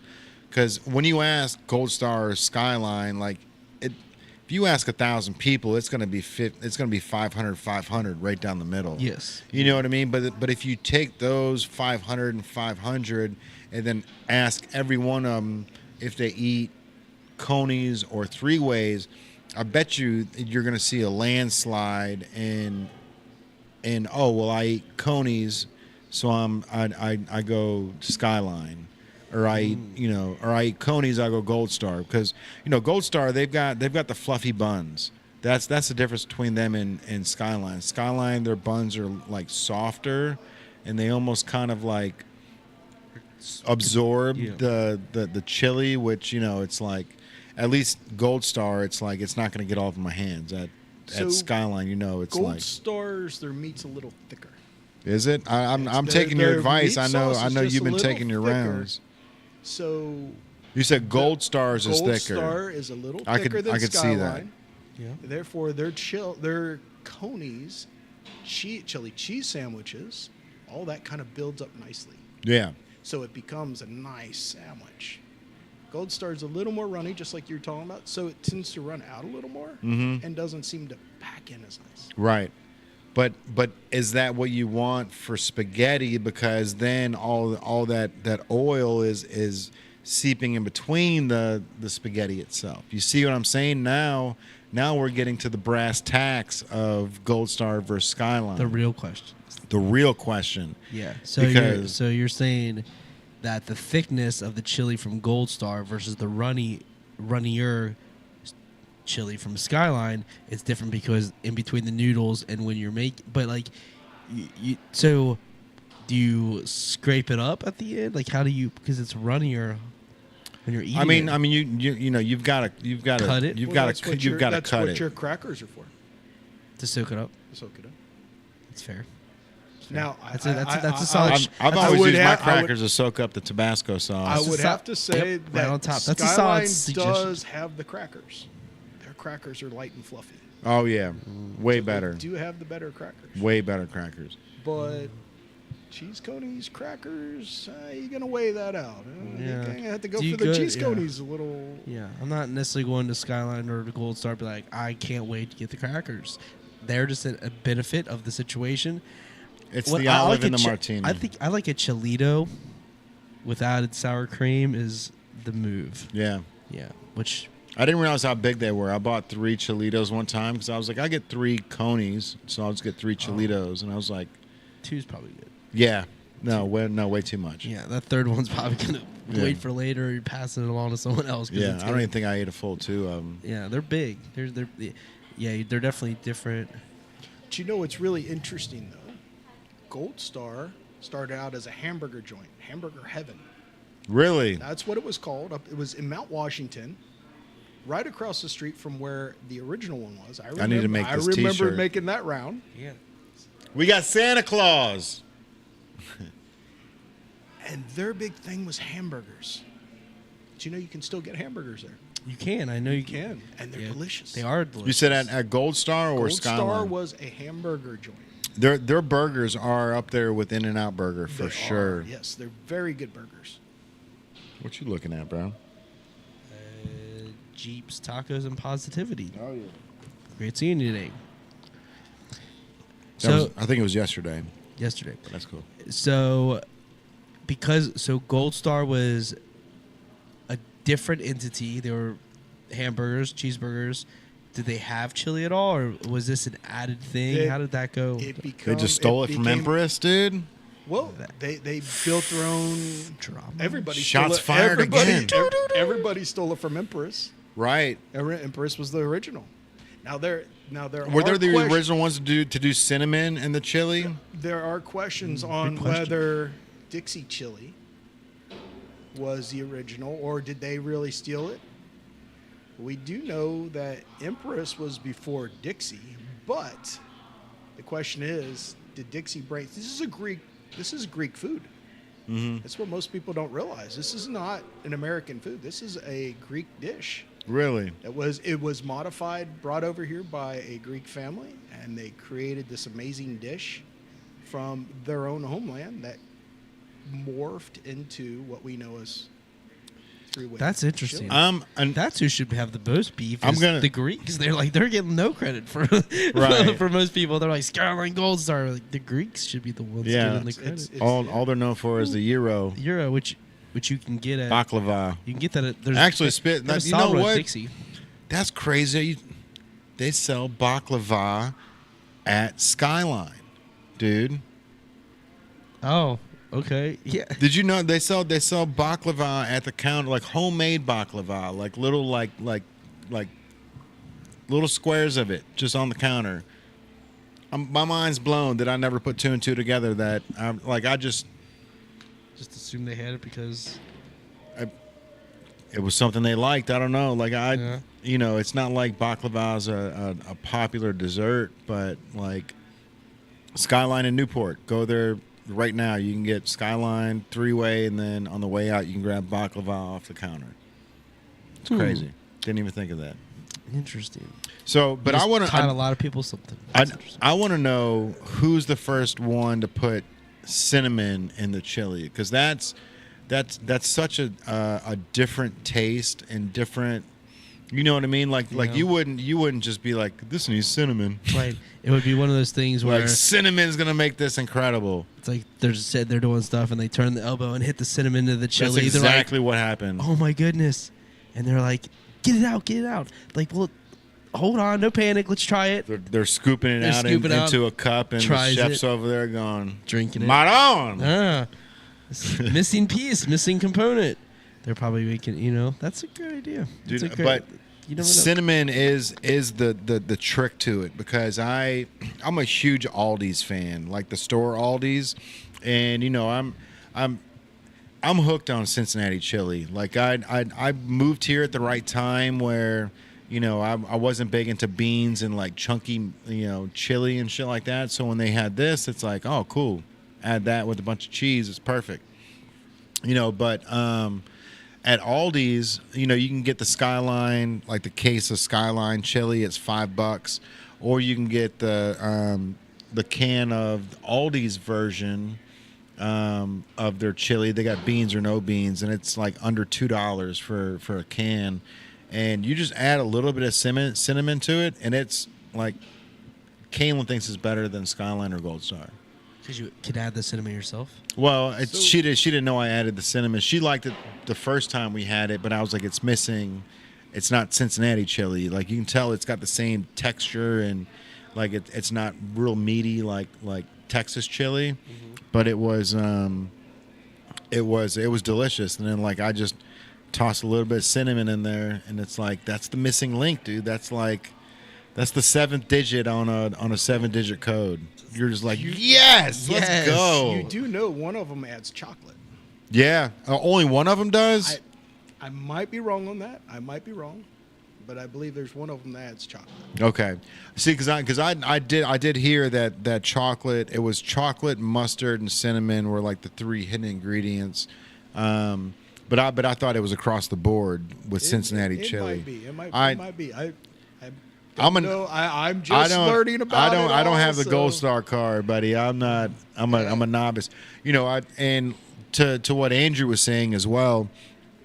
I really feel like the whole Gold Star Skyline thing is just a basis on where you live. Because if there was a Gold Star, if there was a Skyline instead of a Gold Star, I would be there just as much. You know what I mean? Like they're both bangers. At the end of the day, like one's a 9, one's a 9.5, and it's give or take either day. You know what I mean? I can go to Gold Star and I can get Coney's that I'm like, this is Skyline's this is it. I love Skyline. And I can go to Gold Star one day and be like, this is it. This is it. Yeah. Just don't overdo it with the onions. Like some of those kids there, they're like just slapping them onions on there, and I like a normal amount. Yeah, so that's actually an interesting point. Did you know Skyline is a West Side thing, Gold Star is an East Side thing? Really? That's true. So there's real beef going on. Gold Star was Mount Washington. Yeah, okay. There's Mount Washington chili. Skyline was Price Hill. That's where the 2 originals were. No kidding. Yep. Up on Glenway Avenue was the original Skyline. And the original Gold Star was over on Beachmont Avenue up in Mount Washington. Santa Claus, how do we do this? How do we settle the Cincinnati debate, like, for once and for all? True elections. Who is the best Cincinnati chili? True election style.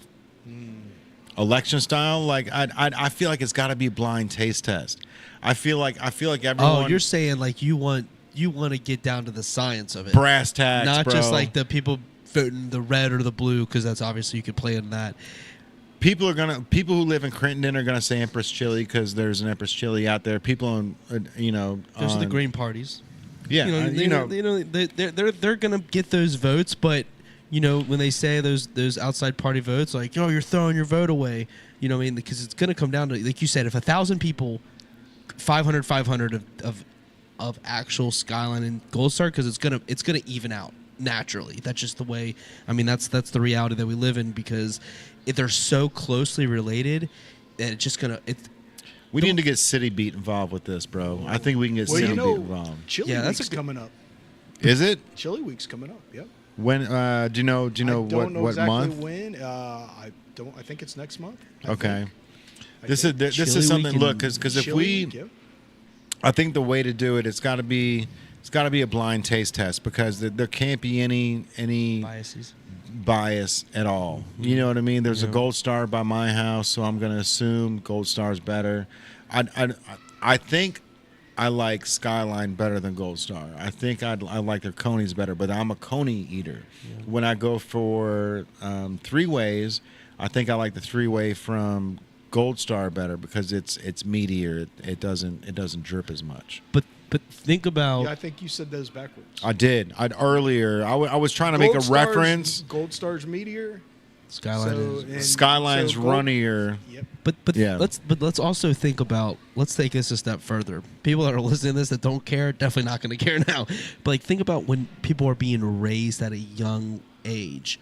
What does their family show them more? So I think as people get older, where they were raised and how they were fed, like Gold Star and Skyline, determines if they like it more. Maybe even if proximity isn't a factor. Like, oh, I'm close to Gold Star, but I'm driving to Skyline because mom and dad always brought those, closer to home, kind of a thing. So like, I think there's a factor in that, because this has been like a question that, like, I don't think this is one of the 7 questions. It's been unanswered. It's unanswered. It is literally unanswered, and no one outside of our area knows about it. Bro, City Beat needs to get involved with this. Like, we need to grab 10 of the biggest Cincinnati personalities. George Clooney. You know what I mean? I'm talking top 10. Like top 10. Like Carmen Electra. Like, bring 10 of the Cincinnati.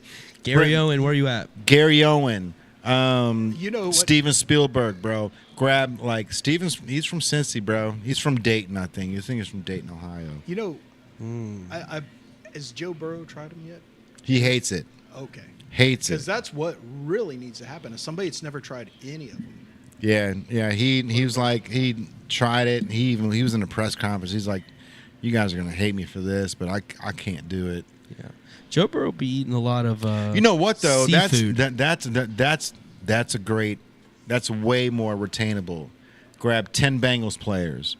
Not from Cincy. Grab like 10 Bengals players that are from Texas, other cities, other states, and then have them do a blind taste test on Gold Star, Skyline, Dixie Chili, Empress, Washington. There's. Yeah, I'm not so sure that will work out. Why's that?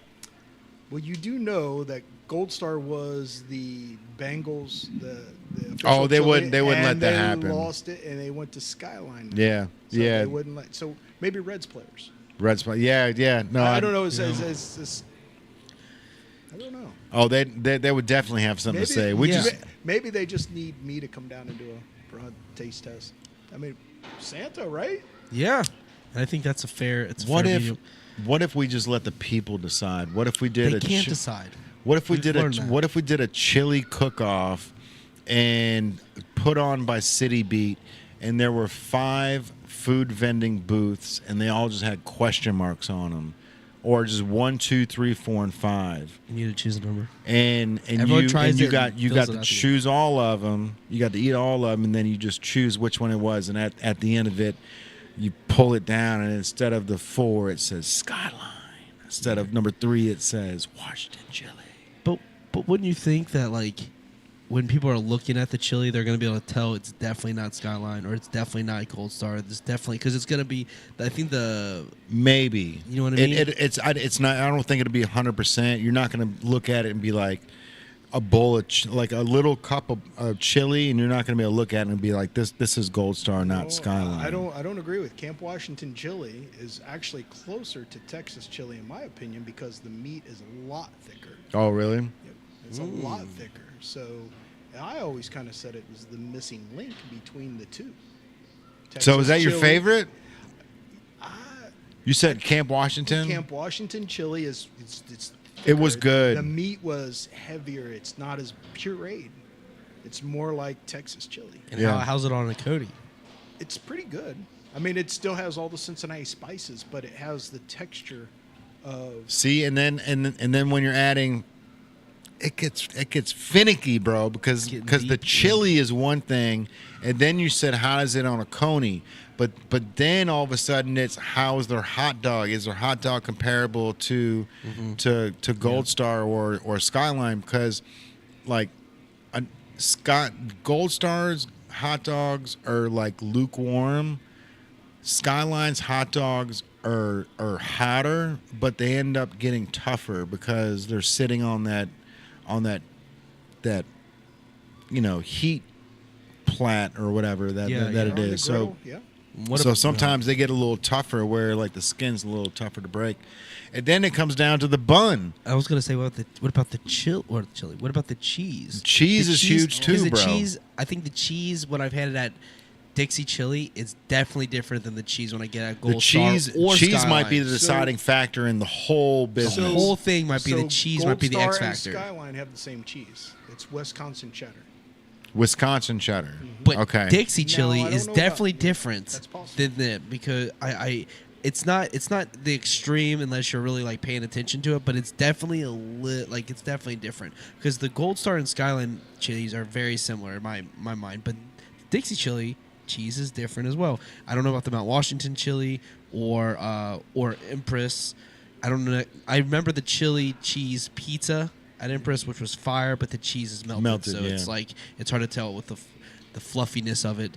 But the cheese is a huge factor because when you pick the cheese up to put in your mouth, how fluffy are you getting? You know what I mean? And that is Yeah. a moment that a lot of I think like kids get to experience because they're putting the cheese in there. That's the memory. How it's That's the grated, memory. how the cheese is grated. That's about how the cheese is packed. That's about it's a lot to the cheese. You 100%.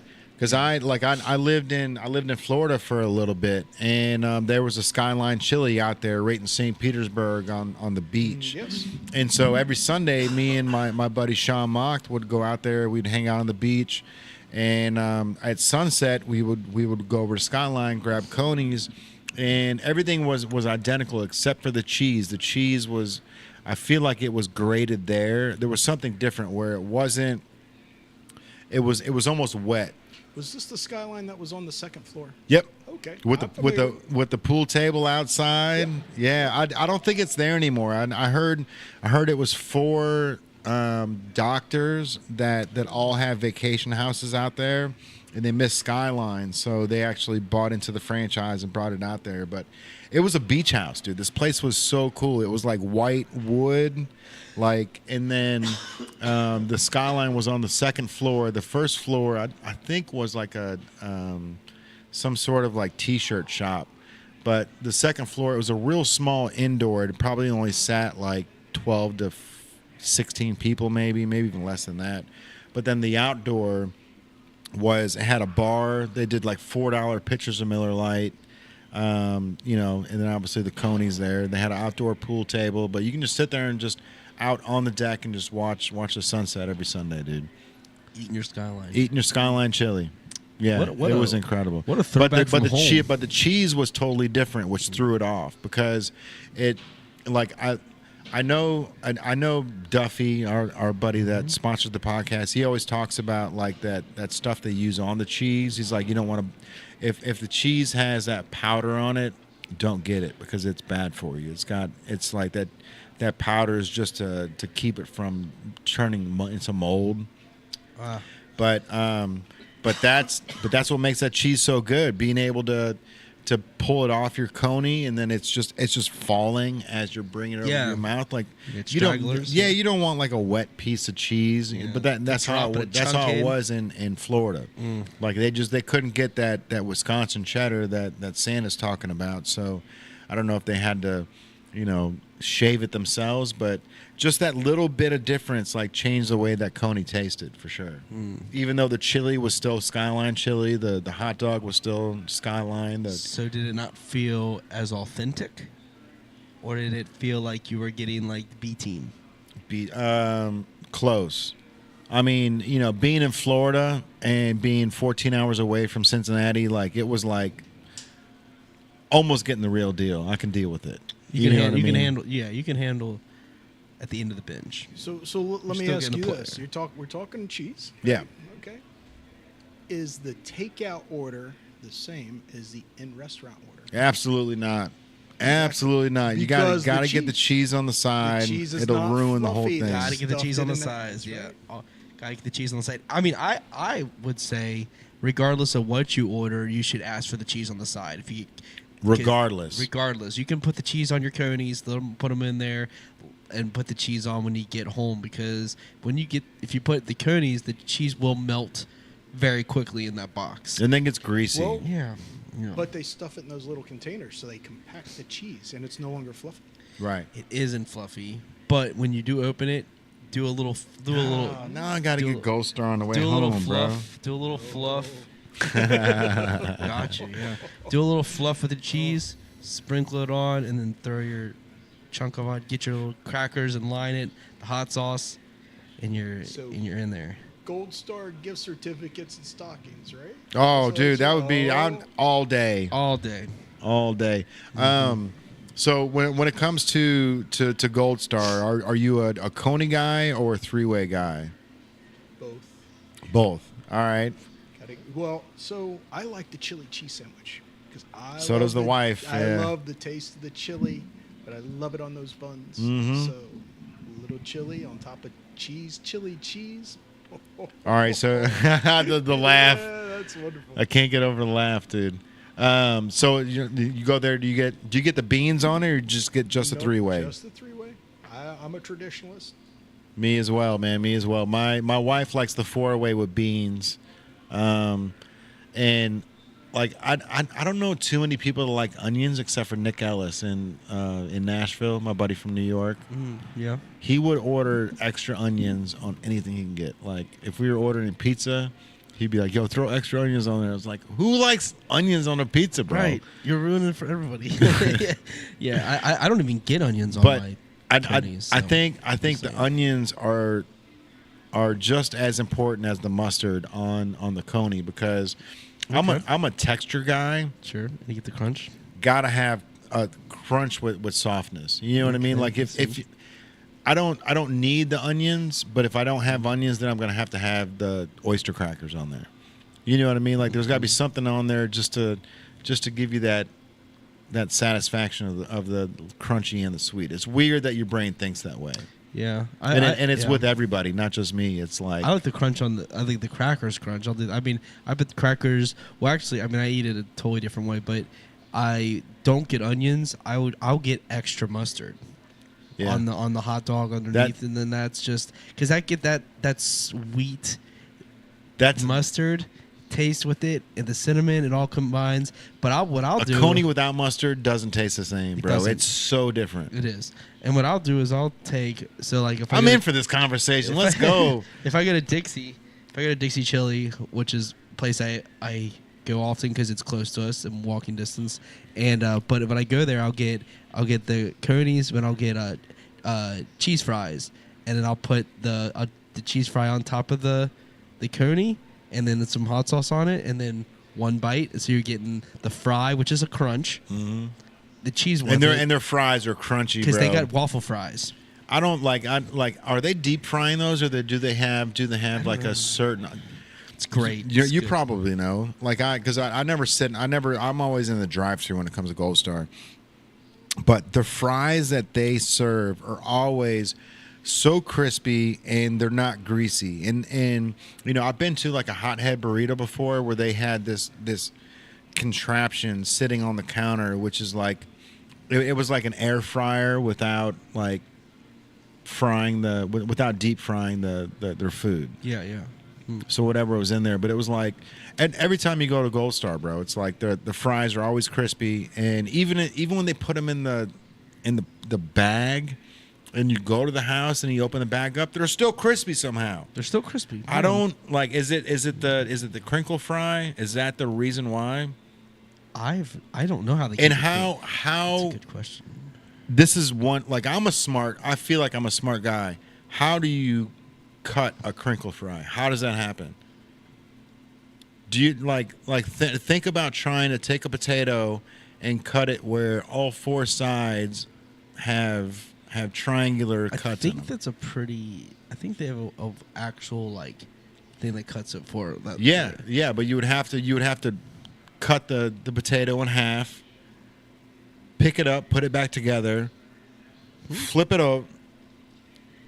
If you're taking the potato, slap it in there, cut it down, right? Yeah. And it's got the wiggly knife, so it cuts it, right? Now you've got waffle fries. You've got a long piece of Waffle fries have with the holes. The crinkly is like. and that's another. How do you get the crinkle? How do you get the little stairs on the side of the How do you get the stairs on the side of the fry? How? Blown away. And even on the crinkle, even on the waffle fries, Christmas Santa, magic? right? Like the answer. this is something I've always thought about. Is like, how do they do that? Because even if you use like the serrated edges that give you those wavy lines, you're cutting the potato completely in half, and then you got to put it back together, and then turn it 90 degrees, and then put it through there again to cut it a second time.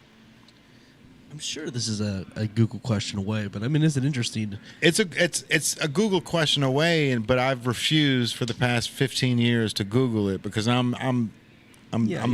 figure this out on my own. Yeah, you have to watch someone make crinkle fries, and then you'll have your answer. How do you make waffle fries? Think about that. Probably. I mean, isn't there like a waffle fry like maker? Isn't there actually a maker that does that? What, where like they pour potato water in something and create it? No, That's Pringles. Yeah, It is Pringles. I've cut potatoes like when I was working in the restaurant, and like the potato cutters that way. If there was a potato cutter that somehow cut it in that shape, I think it's not terribly difficult, but I don't know how. It would have to be cut twice on the same pole, right? I bet. Yeah. I bet it's blades that come down this way and blades that go this way. That's potatoes hell. So the potato stops and then it comes down and cuts, and then cuts. That's farther than I've ever gotten in the 15 years of me thinking about it. It's an interesting. Because you ever notice that you get those one pieces that you can see are the edge of the potato? Because it is the They edge only of have the potato. two edges. They're two cutting in crinkles. the shape of a waffle, but like the holes in it. That's the thing. It's the holes, Oh no, we're talking about the waffle. not the crinkles.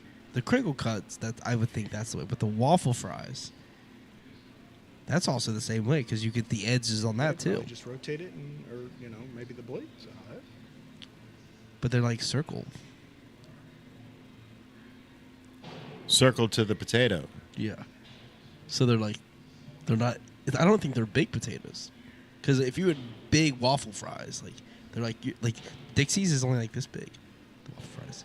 So how small potato? They've got different potatoes for each like fry. Like McDonald's uses a certain potato that no one else uses because they don't want those little divots in the side. No blemishes. No blemishes. Yeah. No. But McDonald's fry process, like it's apparently super unhealthy. Oh, I don't care. I don't care either. I don't But care. like their process for the potatoes is like ridiculous. Oh, yeah. My understanding. So It's best fry on the planet. best fry on the planet. So like If you get it fresh, yes. and with the right amount of salt. Yeah. Your best bet is to just fresh fries, no salt, and then add your salt afterwards. If you really want My to, sister's. That was my sister's go-to as a kid, bro. Yeah. No salt in my fries, please. Extra salt on the side. Yep. But you actually, another life hack, you can actually go to any McDonald's and say, I want a fresh thing of fries. And they have to put salt in, they have to do a whole new fresh batch for you if you ask. Yeah, and then, so they're required and then to. gleek on it on the way out. I mean, there's cameras, so I'm assuming that the employees, I don't know how they're committed to it, but they do have to give you a fresh batch if you ask. So there's, people don't know they can ask for that, but, and you're not waiting that much longer. Fries aren't going to take. Lantana. Hey, he just played at Madison Theater. Dude. Yeah, and man. sold out. That shit was insane, dude. Shit was insane for sure. Yeah. Yeah, and the following night was Tape B, and that show crushed. Really? I saw some videos, yeah. That's great, man. Tape and B, that's, yeah. you know, This- and that's, it's things like that, bro. Like you got Big Frank in there running the show now, and it's like, it's stressed out just like we all are on running small businesses, and then he puts his eggs in Lantana, and of course, you've got Pac-Man Jones and Joey Cook that are the promoters of the whole thing. But it's like, when in doubt, dude, just go into the back pocket and find the local talent. Like the Prophet, Dude, murdered it. He's gonna be huge, man. Yeah. I see it, and I see how he's moving. I see all his drops. He's about to release some more music, and his music is just good, feel good, like music you can cruise to, jam to. People smoke to it, people vibe to it, they drink to it. He's got an all-around sound, and he sings. He got a song, Red's Cap. He got a Kentucky song, Bluegrass.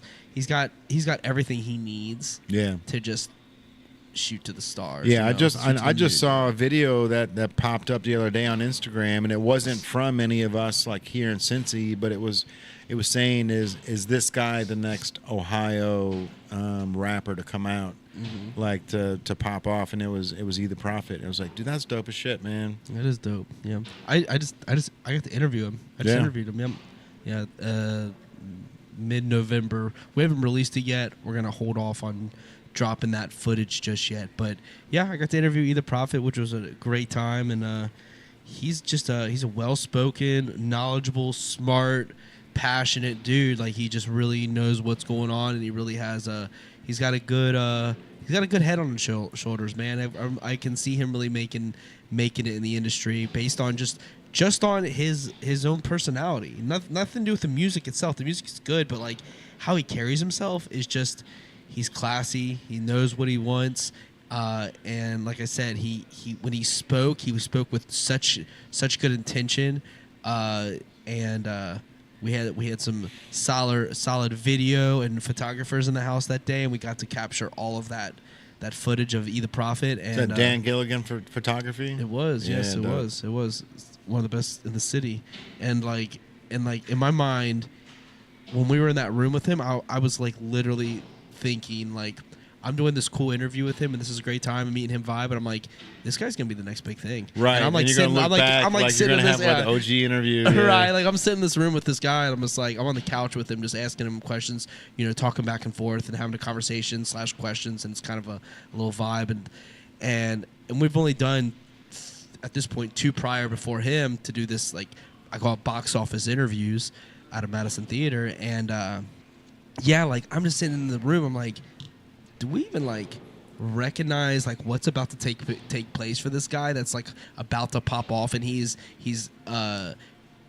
nice enough to sit down and do 20-30 minutes with me, and he didn't have to do that. He doesn't owe anybody anything, but he's like, yeah, man, I'm totally down, like let's do it. We sat on the phone for a while talking about it. Like, he's just a nice guy.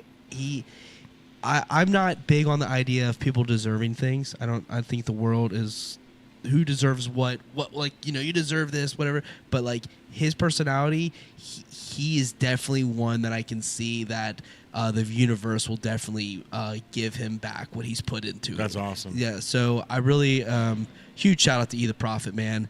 He's an awesome dude, and he made a really good interview, and he's fascinating, and he gave some good information and some shout outs. Got a little Chipotle shout out in that one. Oh, so yeah. Then we're gonna get that content. Like that's the thing, is that's what I'm looking for. I'm looking for the foodie stuff. Yeah. Who's their influence, stuff like that. Stuff you don't really get from typical, interviews. But yeah, man, Either Prophet's about to be that guy. So if you ain't got a chance to check him out, Either Prophet on social medias. Songs are bangers, man, and they're short too. You can get through the song and they're on to the next, and it's like, oh, it's already over, but like the next one's just as good. Cut out the bullshit. Cut out the bullshit. He's just thinking so smart. None of this like 4-minute songs, like the days of music has changed with this quick 10-second, 15-second stuff to get to the hook right then. I mean, what's crazy is like, songs in the 50s and 60s were all 2 minutes, 20 seconds, 2 minutes, 30 seconds at tops. And then you get somebody, it starts getting longer and longer, and then all of a sudden you get somebody like Jack Harlow that comes out with, what was that last hit that he had? That Put Your Lovin' on Me, Baby. Oh, yeah. And that song was only like 2 minutes and 40 seconds long. So, yeah. But what happened, bro? That song was so short that you played it twice in a row. Yeah, you get 2 plays for every one. And it's in everybody's head because you weren't satisfied with the first play because you need more, and then the second one. Dude. It is genius. It's 2 plays per Put each your one. lovin' on me. Yeah, loving on me. Yeah, and you get 2 plays for the one. And when you go to the actual like metrics of it, and you look down and you're seeing all these plays. And really, they're just trying to get the chorus twice. They just want They just want the chorus again. That's so they're it, like, dude. we got to go back, run that back. We didn't get enough out of this. Mm-hmm. And just like with Either Prophet, just like I said, like his songs are short. So when it's done, I played Bluegrass, the song. I was like, I'm literally in the shower, dude. I'm like listening to his music, jamming before we did the interview. It was like a day before, and I'm like doing my research. And I played it in the shower, and I was like, it was over so fast. I'm like, hold on. And I went back and played it again because right as I got to the like portion where I was like, oh, this song is so good, it ends. I'm like, man, like that's fast. I played it again, and it worked on me. Bro. Got multiple views for Either Prophet. So there is something to that. Like days like punk songs were really short, kind of a thing. Yeah. And I mean, but you're right. The attention spans aren't there. So it's changing, like, I'm that guy that changes the song 30 seconds before it ends because I'm ready to hear the next one. Except for songs like Jack Harlow, because it ends before you can do that. It ends like right when it's getting hyped up. Yeah, you know what I mean, which is so genius, dude. Yeah, they're on to something, bro. They're on to something because they're 6-second vines. It's those 6-second Vine was a whirlwind. You know what I mean? Like I did Vines myself. I jumped on the Positive Hardcore Thursday. Brandon Urie from Panic at the Disco, he did this Positive Hardcore. So he'd scream on Thursdays to do Positive Hardcore Thursday. So I started doing that little series. I got a pretty decent little following on Vine for a while, and then the account disappeared, like everyone else's. So, but Young Mosh been doing that on Instagram. He's like doing these like quick 30-second like, hey everybody, I want to say Merry Christmas. He's like, Merry Christmas. Yeah. And it's like, it's so crazy, dude. It's like, seeing where he was when he was on the podcast and how much flowers he was giving you on helping him, and to see where he is now, and like just within the past 24 months, like seeing that he's really just kind of, he's listened to what you had to say, and then he just keeps skiing down the slope, bro. That's always cool to see, bro. Oh, so cool. And especially when you're just some little white kid like, yo, like this is what you can do, and he's like some scary black dude with some like crazy voice. Yeah. Like, but like what's crazy about this, to full circle this conversation with Santa, that conversation I had when they were The World I Knew, which was their band name prior to the Young Mosh, the rise of Young Mosh, I guess you could say. We had that conversation, the meeting about, I felt they needed to change their branding ultimately as a band and go more individual focused. And the band can be there because they're a whole band, but I was like, make it about the front man in this case because people want to be entertained. And so we had this whole conversation, yada yada. Happened at Skyline. Yeah. Nice. It happened at the Clifton Skyline. Oh, the best one, bro. Yep, happened at Clifton Skyline until the end, till the close. We were there till like 4. We were there to the very. They were kicking everyone out and like gotta go, and we were still meeting, and we were like, because once the meeting like took the turn of like they understood what I was saying. Oh, they were in. They were in like for like 2 hours later after that, because like I made my point about 1 a.m. and we were there till the end. Like I was like, here's what I think you should do, and like I think it'll trigger you all and it'll shoot you further. Yeah. And they're like, oh, tell us more. And well, now here their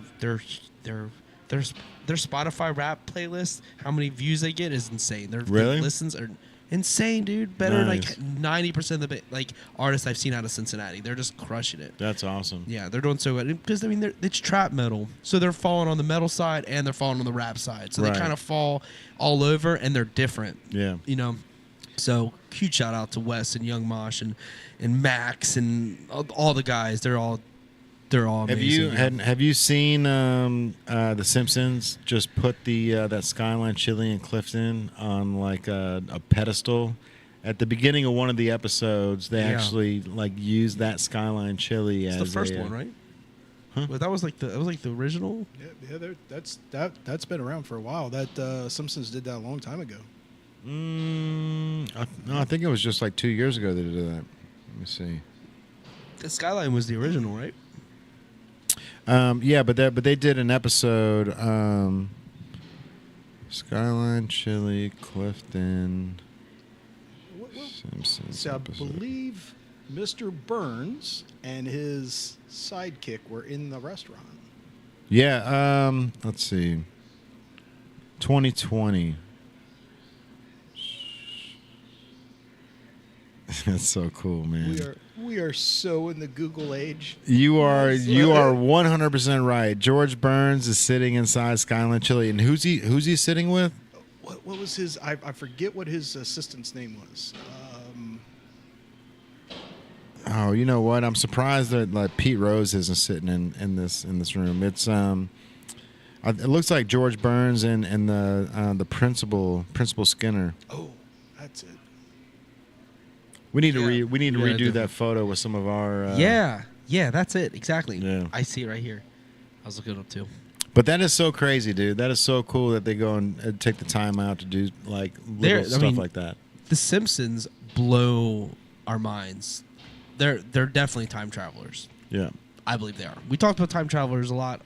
John Teeter. I think they've got to be, because what if it is the man we were going to talk about on a future podcast? What if it's him feeding them the information? So I talked to I'll call him Nelton. Oh, okay. Yeah, you know who I'm talking about. Yeah, I know who you're talking about. And Of course. he's got it all down. He told me the whole story on how the Simpsons know what's happening before it happens, and it's like, I don't know if it's like MK Ultra, but it's like something behind those lines where he's like, oh yeah, bro, like they've got the technology to do this, blah blah blah blah. Threw it all down, and I'm just sitting there going, you want a Capri Sun? You know what I mean? Like it's like every Monday, Wednesday, and Friday. Like I'm getting some new knowledge at 9 o'clock in the morning. It's just like, where do you get the knowledge? In person or over text? in person, 9 o'clock in the morning, bro. Where? Did you just show up at your house? Yeah,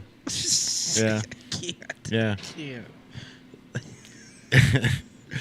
I'm telling you, bro. It's like I haven't seen him in forever. in the best part of it. Alcohol is safe. The best part of it is, well, this isn't that one. It's the other one. It's the brother. Okay. Well, he doesn't take that. It makes sense when it comes from him. You know what I mean? Yes, It's like okay. Yeah.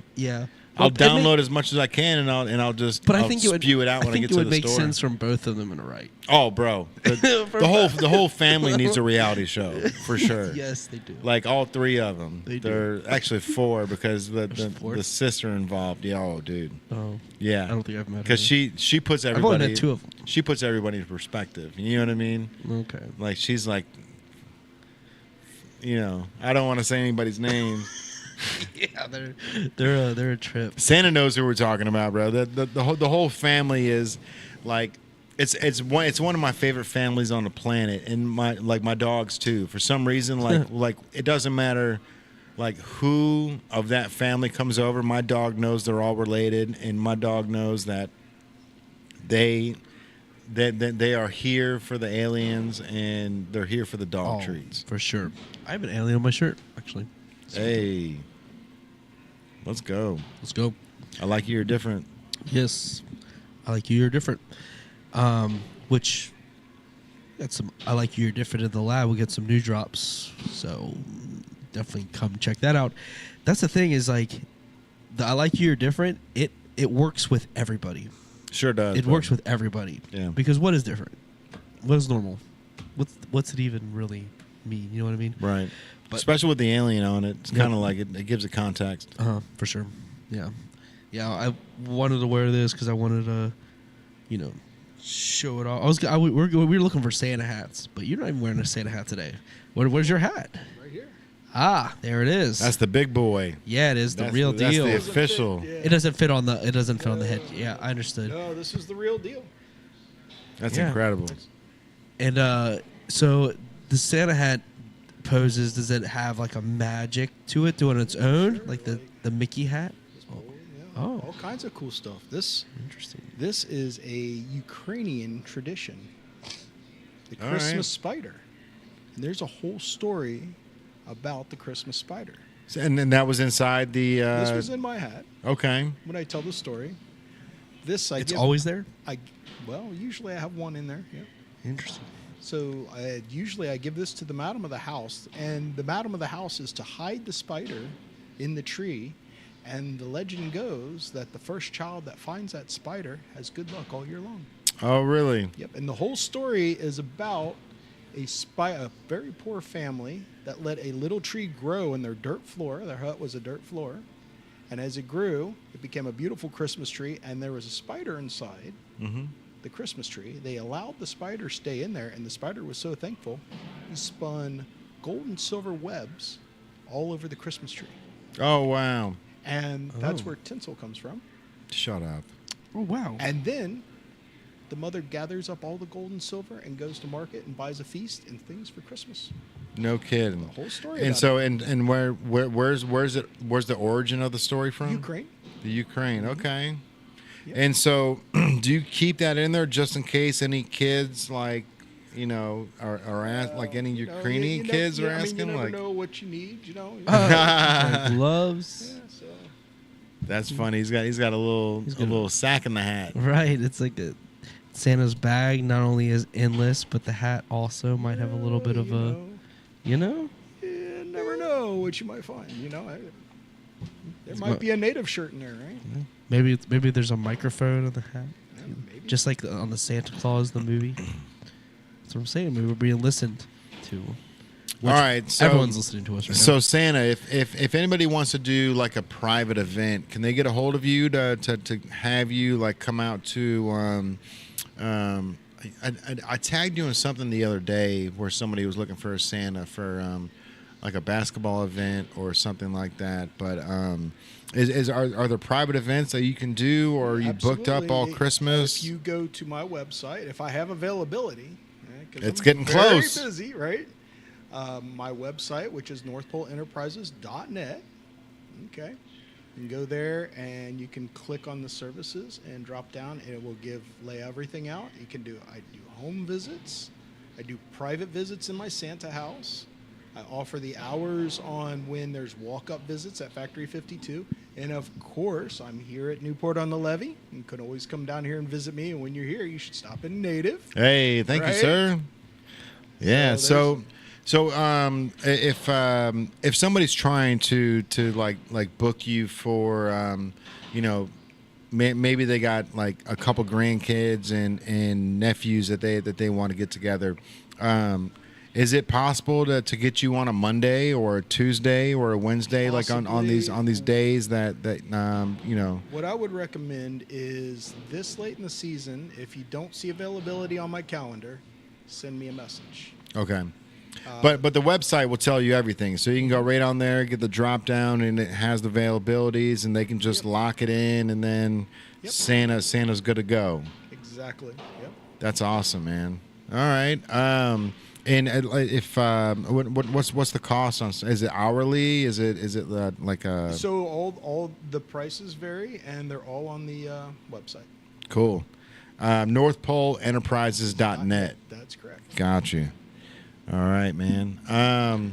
What other questions you got for Santa Claus, man? I know got a little bit more, but I want to make sure that we get everything out because I know as soon as he leaves, we're gonna be like, I don't have a question per se, but I'd like my baby Charlie to get a quick shout out. I think she would appreciate that. I could show her That's that. right. Yes, you've met Charlie. Yes. She's a special little girl that is got a quite imagination, and she got personality for days. So I'm pretty sure she'd appreciate a little shout out. She knows Daddy has a friend Santa, so we talked a little about we have Elf on the Shelf going on at home, and which is Poppy is our Elf on the Shelf, and Poppy makes their way all over the house, all over. Right now, Poppy is sitting in front of our little I have a calendar, so she gets to put ornaments on the little tree calendar, and it's sitting there waiting. Poppy wants to chill and wants to wait for Charlie. That's more than what. I'm really glad that you brought Charlie to visit me at both places. I was down at the Museum Center. Yes. Came over and saw me here at the levee. Oh, I was very happy to see Charlie. Yeah, and She's she was very such happy a to see sweet you. and such a good girl, and I am very, very proud of her. All the hard work she does to stay good. Yeah. Yes. She'll sweet as can appreciate be, bro. that. Sweet as can be. She sure is. She's I'm very grateful for everything that Charlie brings.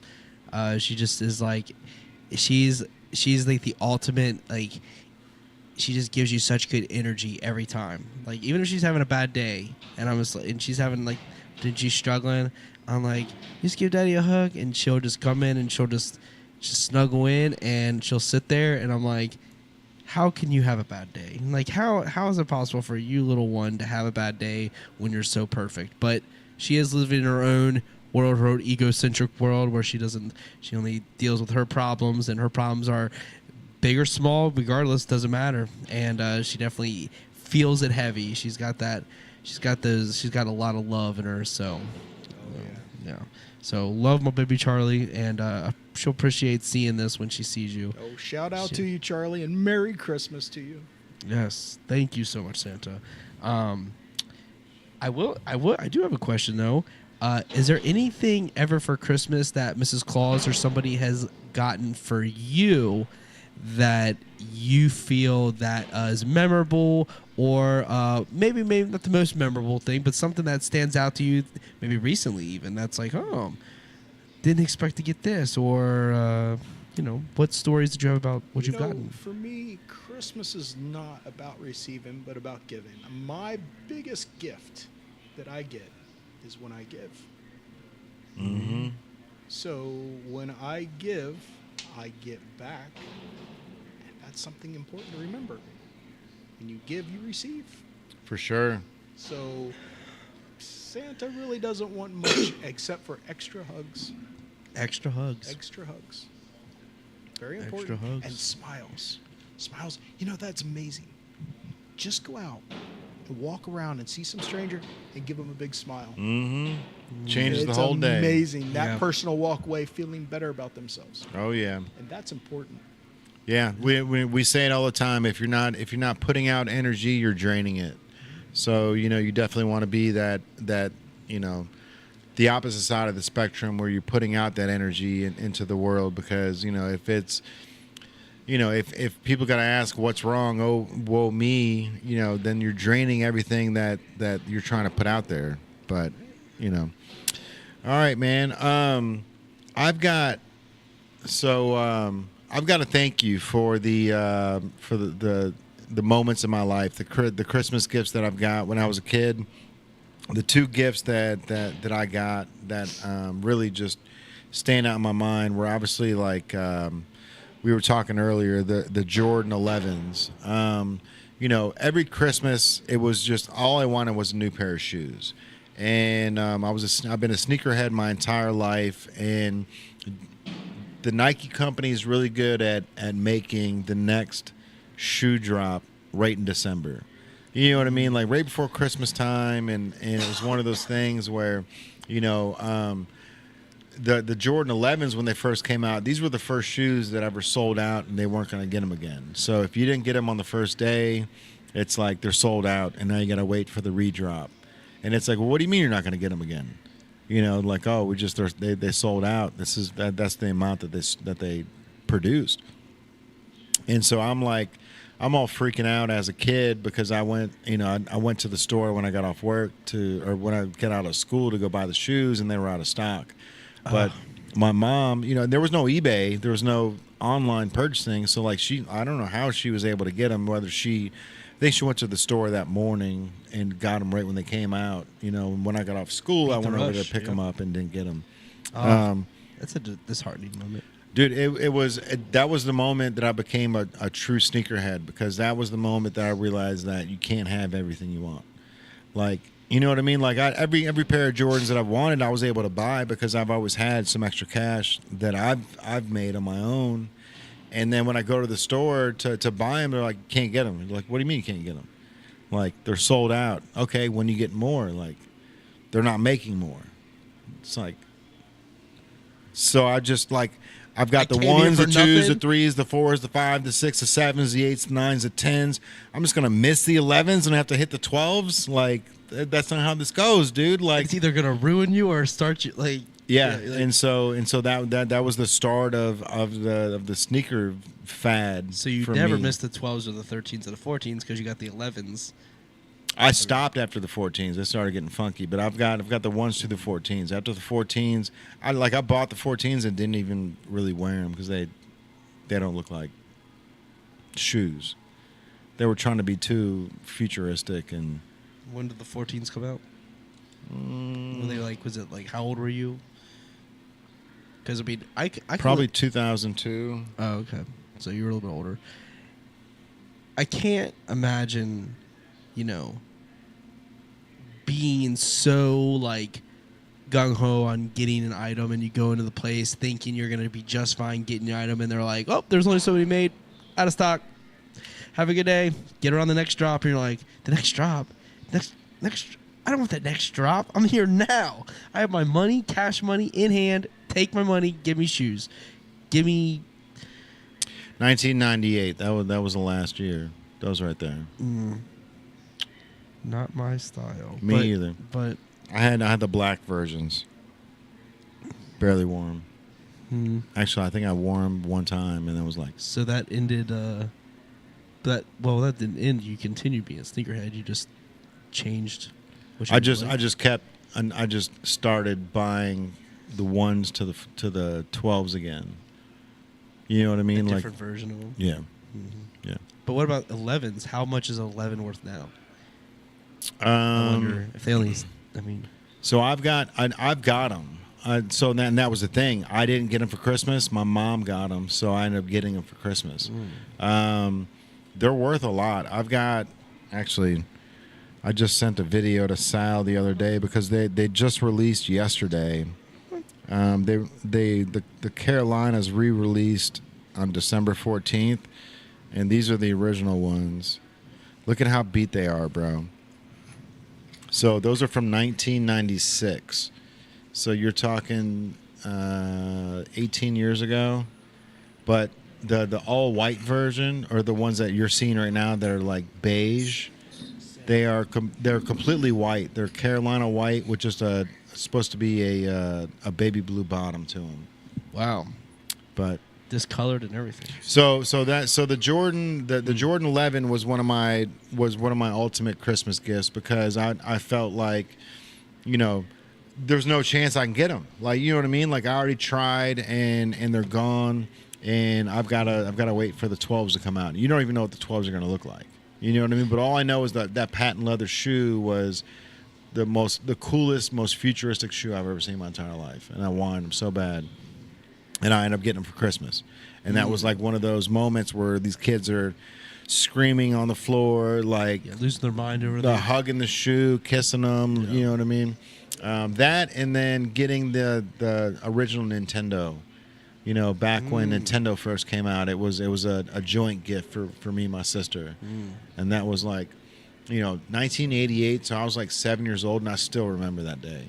Like I still remember getting it, and like, Yeah, like this is real. yeah, like oh my Yeah. god, we've got like Duck Hunt, we've got Mario, like we can play Mario in the house now.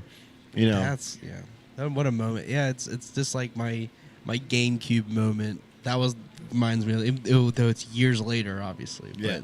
it's just when you're because especially if you're not expecting to get it, if you're not even like if it's not even like on your radar, but you like it, you want it, you're interested in it, but it's like out of your wheelhouse of something you'd ever expect to get. For sure. That's how I looked at it, because it was just not. Because I remember even like I mean, I had video games and stuff and whatever, but I had only kind of like I played some games and stuff, but I wasn't like a gamer where I had to have the next game. It wasn't like I played sports, so it was like Right. definitely a thing. But when I opened it, hey, appreciate y'all. Yeah. When I opened that and I saw that GameCube, I couldn't believe it. It took the wind out of my. I was like, "What is this? Yeah. What do you mean? Like we have this?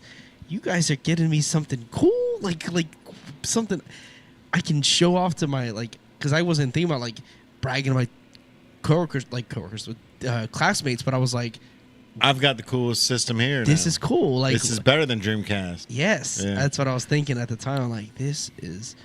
I was like, I was just thinking all the different conversations I'm about to have. Yeah. When I just bring it up, and then I need a carrying case. I need Yep. to bring this to Jimmy's house. Yep. And then you know what the funny thing is though, part of that whole story though, and I'm not mentioning names or anything, but a friend that I took it over to their house and I've showed them the GameCube. Their parents saw that I had the GameCube when I brought it in, whatever. Their parents literally went out the next weekend and bought him a GameCube.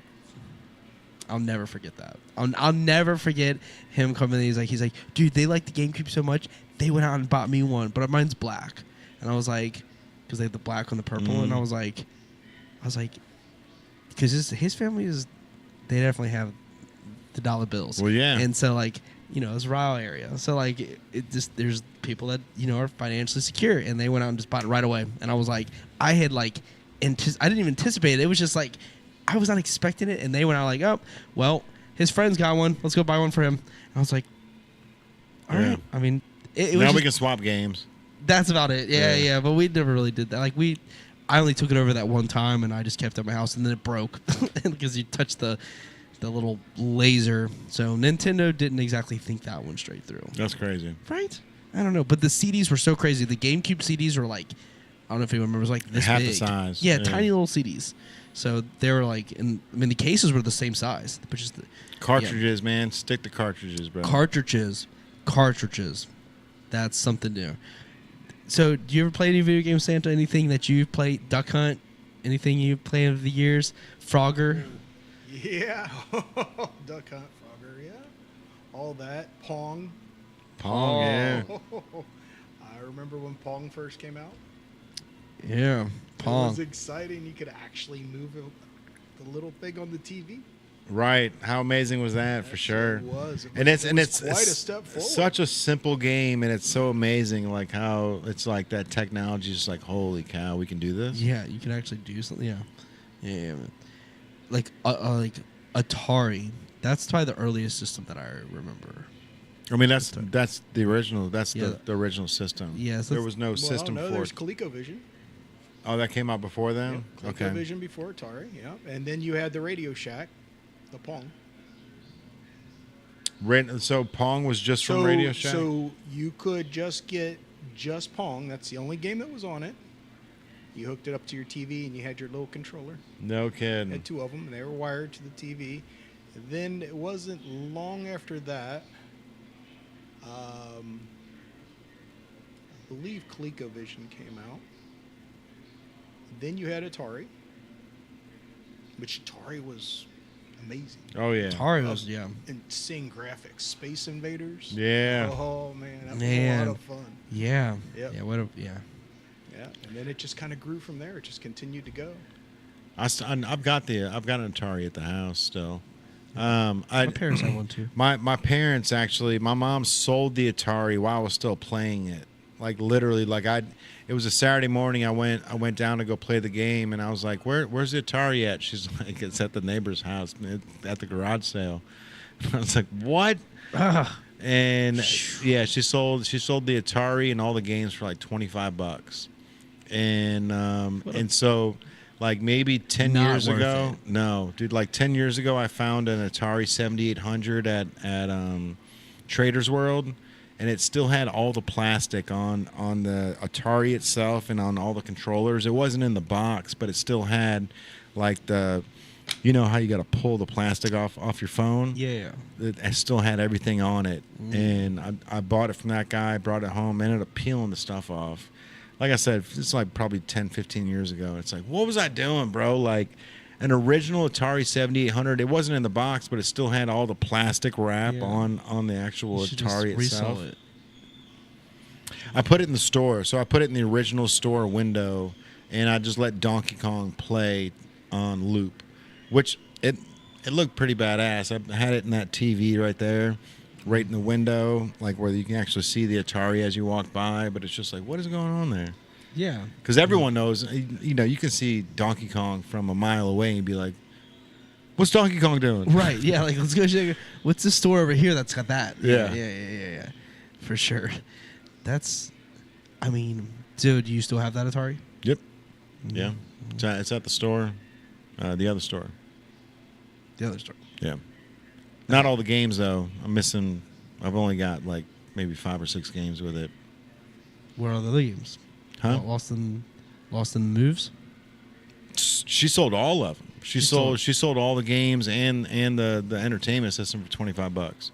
And the controllers. We had multiple controllers too. It wasn't just like $25? we had the joystick, we had the turn thing, and we had 2 of each. So 4 of those, controller, and probably 20 games, 25 games or so. For a tank of gas. Less than a tank of gas.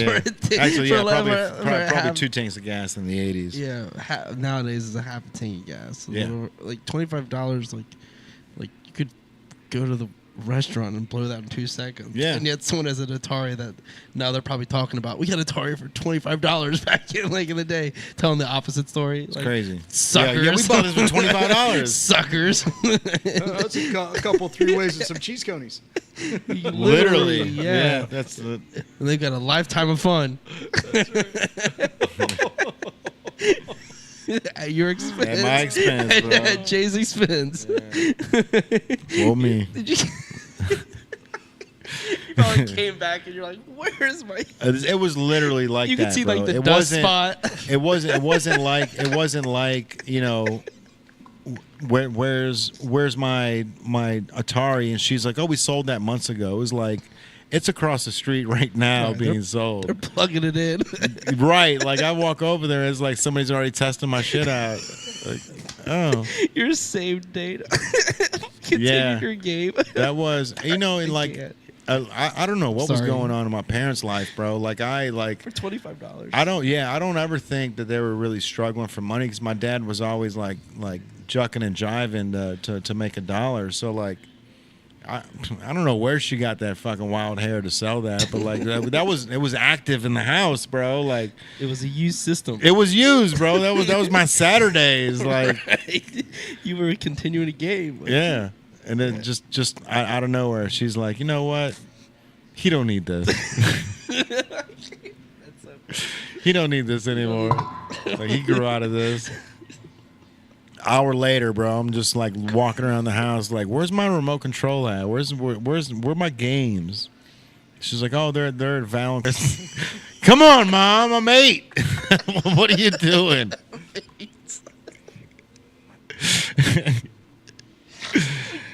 Oh, I wouldn't change anything growing up the way I did. Except that one moment, $25. Like, oh man. Yeah, my dad's like, go take that money you got and go buy that thing. We paid for it. Right. Go buy it back for yourself. Can't buy it. The neighbors are laughing at me. Man, that's funny. That's disheartening though. Tragic. Tragic. It's tragic because there was a ton of games on there. There was one game that was like double where you pulled it out and you can play it. It was It was like a haunted game. I can't remember what it like. That was like one of the only games I remember from that console, and I guarantee you that game's worth like $5,000. Right. You know what I mean? It Yeah, was the like, $25 was not worth all the resale value that thing has now. man, seriously. Man. But it is what it is, man. Yeah. You know, your parents got to do what you got to do, and they're not going to tell you, hey, we're struggling for cash. We're going to have to sell your shoes. Yeah, your game system that's Yeah. been played yesterday. Hey, Mom, where's my bike at? It's at the neighbor's. Right. Go catch it. He's driving away. Dude, that was a scary moment. I had my bike stolen, and like I remember, I left my house. My buddy Scott Duddy was still there, and I was like, "Hey, got to run to the store with my mom real quick. Like, keep an eye on my bike."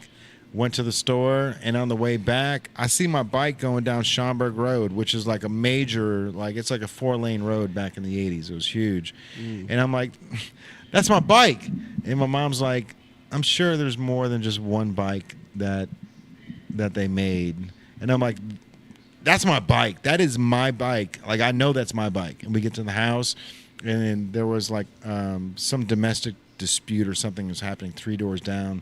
Scott Duddy's over there, like cops are there. He's like looking in the windows, trying to see what's going on. I'm like, "Bro, did you keep an eye on my bike?" He's like, looks over, bike's not there, gone, dude. And you saw it in Gone. transit. Saw it getting stolen, like literally, and then It was a sad day. well, we put a little SOS out. Cops got involved, and Scott's parents felt so bad that they ended up buying.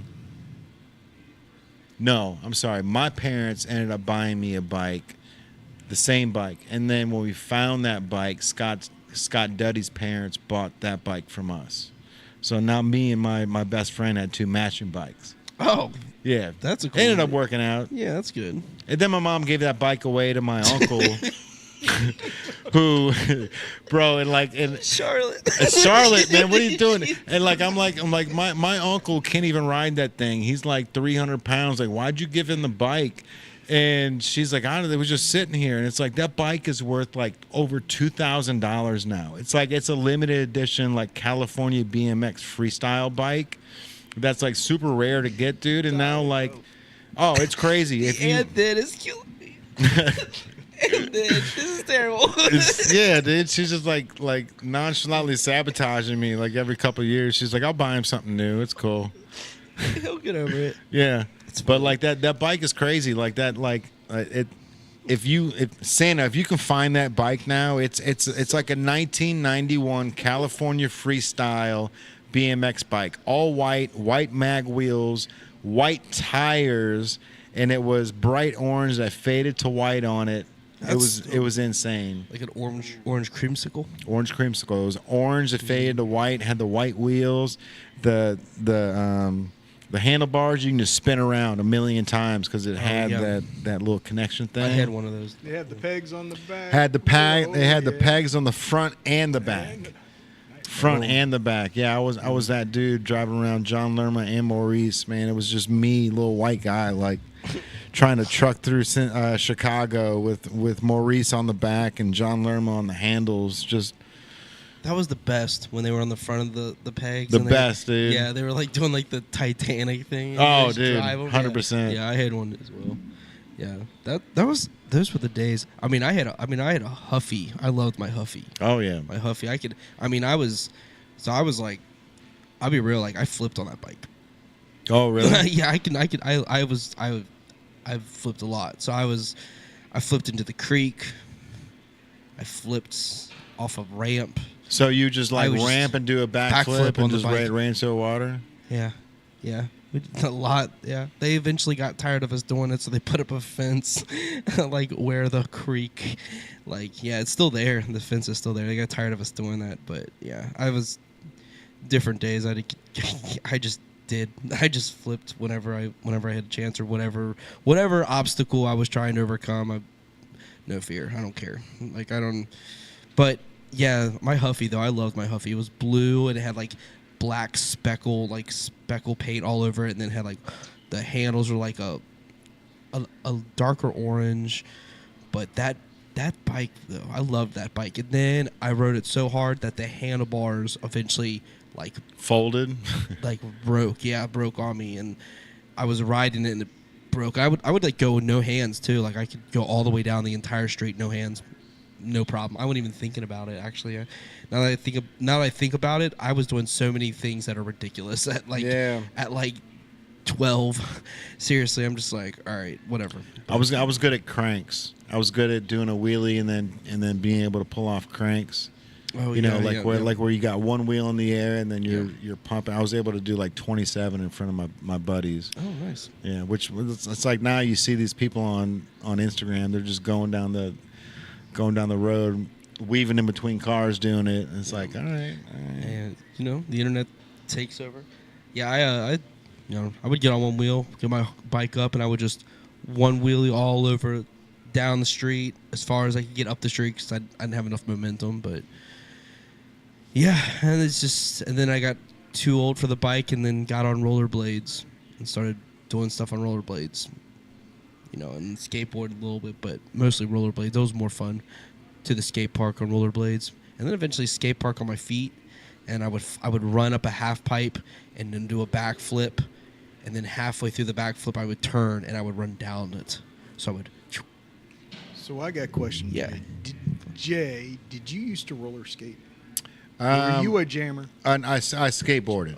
I skateboarded as a kid. Yeah. But I did take ice skating lessons because my sister was taking ice skating lessons, and I think my parents were like, let's just throw him in too, so we don't got to get a babysitter. Ice skating. Yeah. Oh, I can ice skate with the. My parents met at an ice skating rink, so. Oh really? Growing up, we were always at ice skating rinks, always. So I I can go as fast frontwards or backwards as I can frontwards. I can weave backwards. I can weave frontwards. I can go on one foot. I can put it up. I've even tried backflips on skates before. Like we were just talking about backflips before, but yeah, ice skating is definitely something I don't even think twice about. When I see people walking their skates and they're doing that and using the front of the spike to walk, I'm like, you're just doing so much work and you're gonna fall because you just gotta glide. Just glide and all the work will be done for you. You don't have to actually step. You know what I mean? You gotta just glide, and ice skating is easy. But for me, I'm like a push off momentum. So I just my right foot and pushes and then just get low and spin. I can push ice up, the braking and all that. That's yeah. I don't get to ice skate much though. It's kind of what it looked like, but mine, I swear, mine was even better than that, dude, because it had all the bells and whistles on that shit. It was fire. I love how the tires are white mag wheels, yeah. So there were literally white tires with the white mags, and then it had the back here was they were circles, not just a peg, and then there was pegs up here, so John would stand on that with his butt right here and then hang on to the handles, and then Maurice would stand back here and then put his hands on my shoulders, and I'd just be. You take both of them. Yeah, oh yeah, bro, just all three of us just going to Target, literally, because there was. It's really you and two others. Yeah. It's me doing all the work, and then so the Target over there, there was a Target, We would go down Schaumburg Road. We would hit Thornton's gas station because they had 50-cent hot dogs. And then behind the Target, there was all these old mounds. And I don't know who built it, dude, but there was an entire track for BMXers and shit like that. Oh, it looked official? It was made for that? Dude, they had tabletops and everything. It was a skate park? No, it was in dirt. It was in literally the dirt behind Target. So once they built Target, all the excess stuff. Yeah, and there was also a thing the hill was called Death Hill or whatever, but it's a straight drop and nobody would do it. And Maurice hopped on my bike and he was like, I got this, and tried doing Death Hill, and when you're going too fast, it's your brakes aren't working. So he tried taking his foot and shoving it behind the tire. You know what I mean? Yep. straight down the hill. Nothing but thorn bushes all down it too, bro. It's like, Did the bike survive? oh yeah, Cool. beast. Cool. CW freestyle. CW freestyle. Nice. That's a painful experience for him, though. Yeah. Yeah. Oh, you know what, man? He was a beast, dude. He was the coolest guy in school for sure. Oh, okay. So like whatever he did was like, I could do this. You know what I mean? One of those. Yeah. Where's he at now? Jail. Oh, he's dead. So he died in jail. Oh, wow. Yeah. Not where I expected that story to go. Yeah. All your stories have taken turns at the end of them each time tonight. It was crazy, man. Like All of your sto- that's crazy, man. like when Your I life moved is wild. when I moved here, like him and John Lerma and Daryl, they would come out and see me, and then me and Daryl are still good friends. Me and John are still good friends. John got really big into like almost like a cult conspiracy, like weird church stuff for a minute. But Maurice ended up going to jail for Grand Theft Auto, and then he died in jail from AIDS. Yeah. Best friend growing up, bro. Interesting. Yeah. Wow. I still try to look out to see if I can find his twins. His twins? To his brother and sister. He doesn't have twins, but his brother and sister, Our Phil and twins. Phyllis. Yeah. Our twins. Gotcha. It was funny, dude. Like we would, little kids, like him and I were probably 15, 16, and Phil and Phyllis were probably like 7 or 8.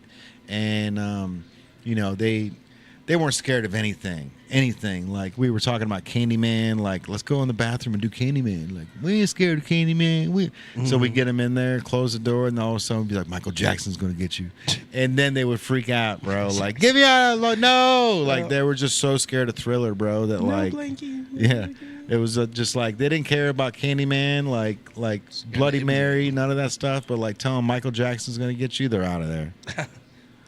Gone. Phil and Phyllis Gardner, man. If you guys are watching, hit me up. I miss you guys. I want to know how you're doing. That's crazy. The whole childhood of these people, I can only imagine what they're all at now. Oh, for sure. You know. Are these all people from Chicago, right? Mm-hmm. Yeah.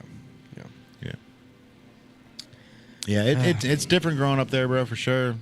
Actually, Maurice's family knew a bunch of Robert Kelly's family, R. Kelly.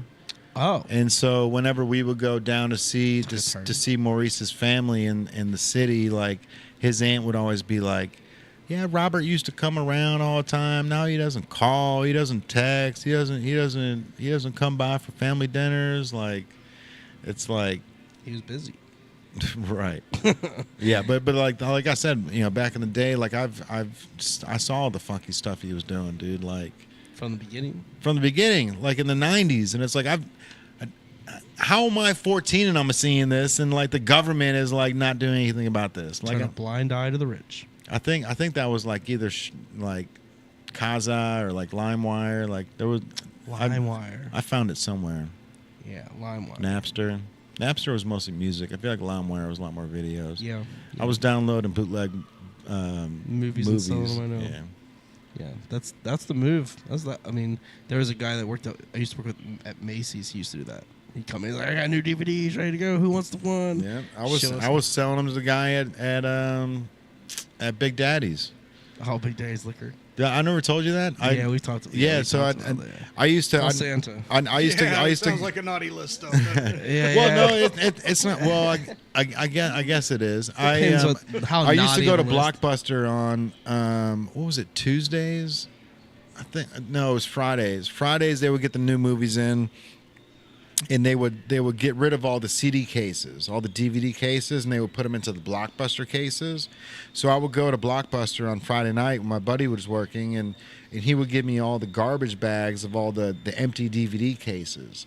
So I would have like 20 or 30 like Elf cases, and then I would just burn the Elf DVD at the house, put them in the case, and then bring them down to my buddy that worked at.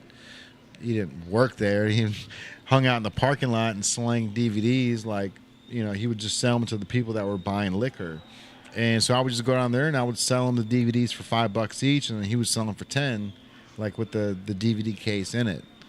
But That was, and like I had so many of those cases at my house, and my mom was like, "Can we throw these away?" And I'm like, "No, like we have all these cases of DVDs and like Xbox games and all this shit." She's like, "But there's no games in them; they're all empty." You know, so she ended up throwing them away anyways, and now it's like, so yeah, again, bro. She was picking and choosing what she was keeping, bro. I wonder what her motivation was. Get these. We need to interview her. My son's collecting too much. That would be a good interview. That's what I'm saying. Like you came home to your Atari gone. Like you like your shoes. That would be a really good. I would love to interview my mom, right? And just do tough, hard nosed questions. What happened to my Atari? Right. What happened to my Atari, and why did you sell for $25? Like $25. Like what? And yeah, it's just so funny. And I don't know. There's just your mom obviously had a good intention for it. She was trying. She raised an awesome man. So she did her job. But thank you, dude. She's one of a kind, man. One of a kind. Yeah. And whatever she had to do to juke and jive to make sure that next week was just as good as last, I'm here for it. You know what I mean? She's been an amazing human being, bro. Like I you know, like we all say, like I wouldn't ask for another mother, but you know, sure, yeah. This one loves me. Right. You know, she doesn't say it all the time on the phone. Like I'll be like, "All right, mom, I love you. I'll talk to you later." She's like, "All right, bye." And then Caitlin will just laugh. She's like, "She didn't say I love you again." And it's like she never says I love you on the phone, and I just keep saying like she doesn't say I love you because she doesn't want it to be the last time, right? You know what I mean? Oh, I see. But she's just always busy. She's like, you know, she'll give me this, like we'll be talking on the phone and we'll have like a half-hour conversation, and all of a sudden she's like, you know, you sound a little busy. Let me let you go. You know what I mean? I don't sound busy. You probably want to be busy. Yeah, that's you gotta get off the phone. That's how it is, bro. That's how it is. You sound busy. Let me let you go. Yeah. Right. You're mid story right now. You sound busy. Let me let you go. Yeah. I haven't finished the story, but you sound busy. Yeah. That's funny. Wait, I mean, yeah, that's her strategy. She knows it works for you, works on you. So. And then she'll call me back, and like immediately, like we'll hang up. 5 seconds later, get a call back. Forgot to tell you something. Because that's how it works. Clockwork. Yeah. Every time. I'll hold my phone in my hand after we hang up, just because I know that she's gonna call back. Does she sneeze 3 times too? No. Am I the like? Do you notice that I sneeze 3 times, or do you just say that? You always sneeze 3 times. I was wondering if it's a similar thing. Am I the only one that does that? That's crazy. Because like even Kaylin, she's like, I don't say bless you until the 3rd sneeze. Until the 3rd time. Yeah, you always did 3 times. Always 3 times. And I like that's not a common thing to other people. I don't really pay attention to other people's sneezes. I'm around you a lot. Do you sneeze 3 times in a row?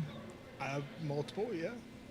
I'm like 2 times maybe. I don't. The third one is the kicker. Oh, okay. The third one's like fucking. Let me sit down for a second. He's gonna take a minute. Gotta catch breath. Give him a second. Let him get through.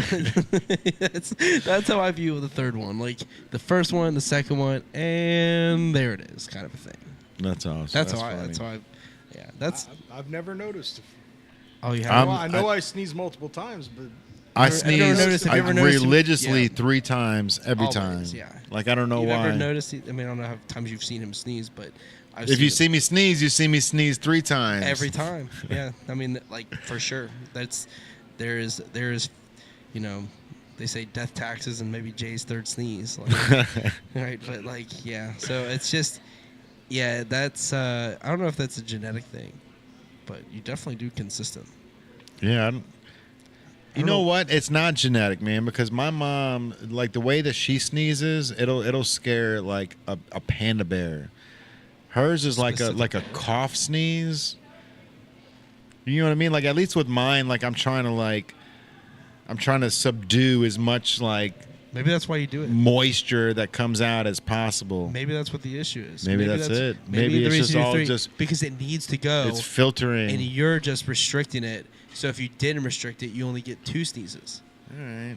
So maybe you're the. So maybe the first one I should just let it loose, let it go, and see if it just ends there instead of the 1, 2, and then the third one's that about makes like sense. The third one's like an extra second longer. It makes sense because you know it's just like anything else. It's like you can either get a big yawn out, just one big yawn, or you can just get a bunch of little ones out. Yeah. You know what I mean?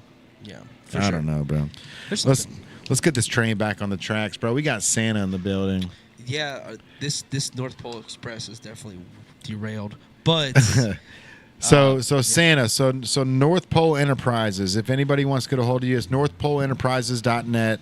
On social media, it's Instagram is all the same. That's correct. Yeah. It's North Pole Enterprises. All right. Is there anything else that you want to talk about? Anything else that you want to get out to the world? Because you've got 8 days. You've actually got about 7 days before you're going to be super slammed. Oh, it's already super slammed. I bet. Oh, this weekend you got Donuts with Santa over at Velocity. That's correct. So that's an event down there at Velocity, which is an arcade down here at Newport on the Levee. That's Is correct. that It's Saturdays and Sundays. Saturday and Sunday? Saturday and Sunday. That's correct. Oh, dope. Okay. Yep. What time? It's from 10 to 11.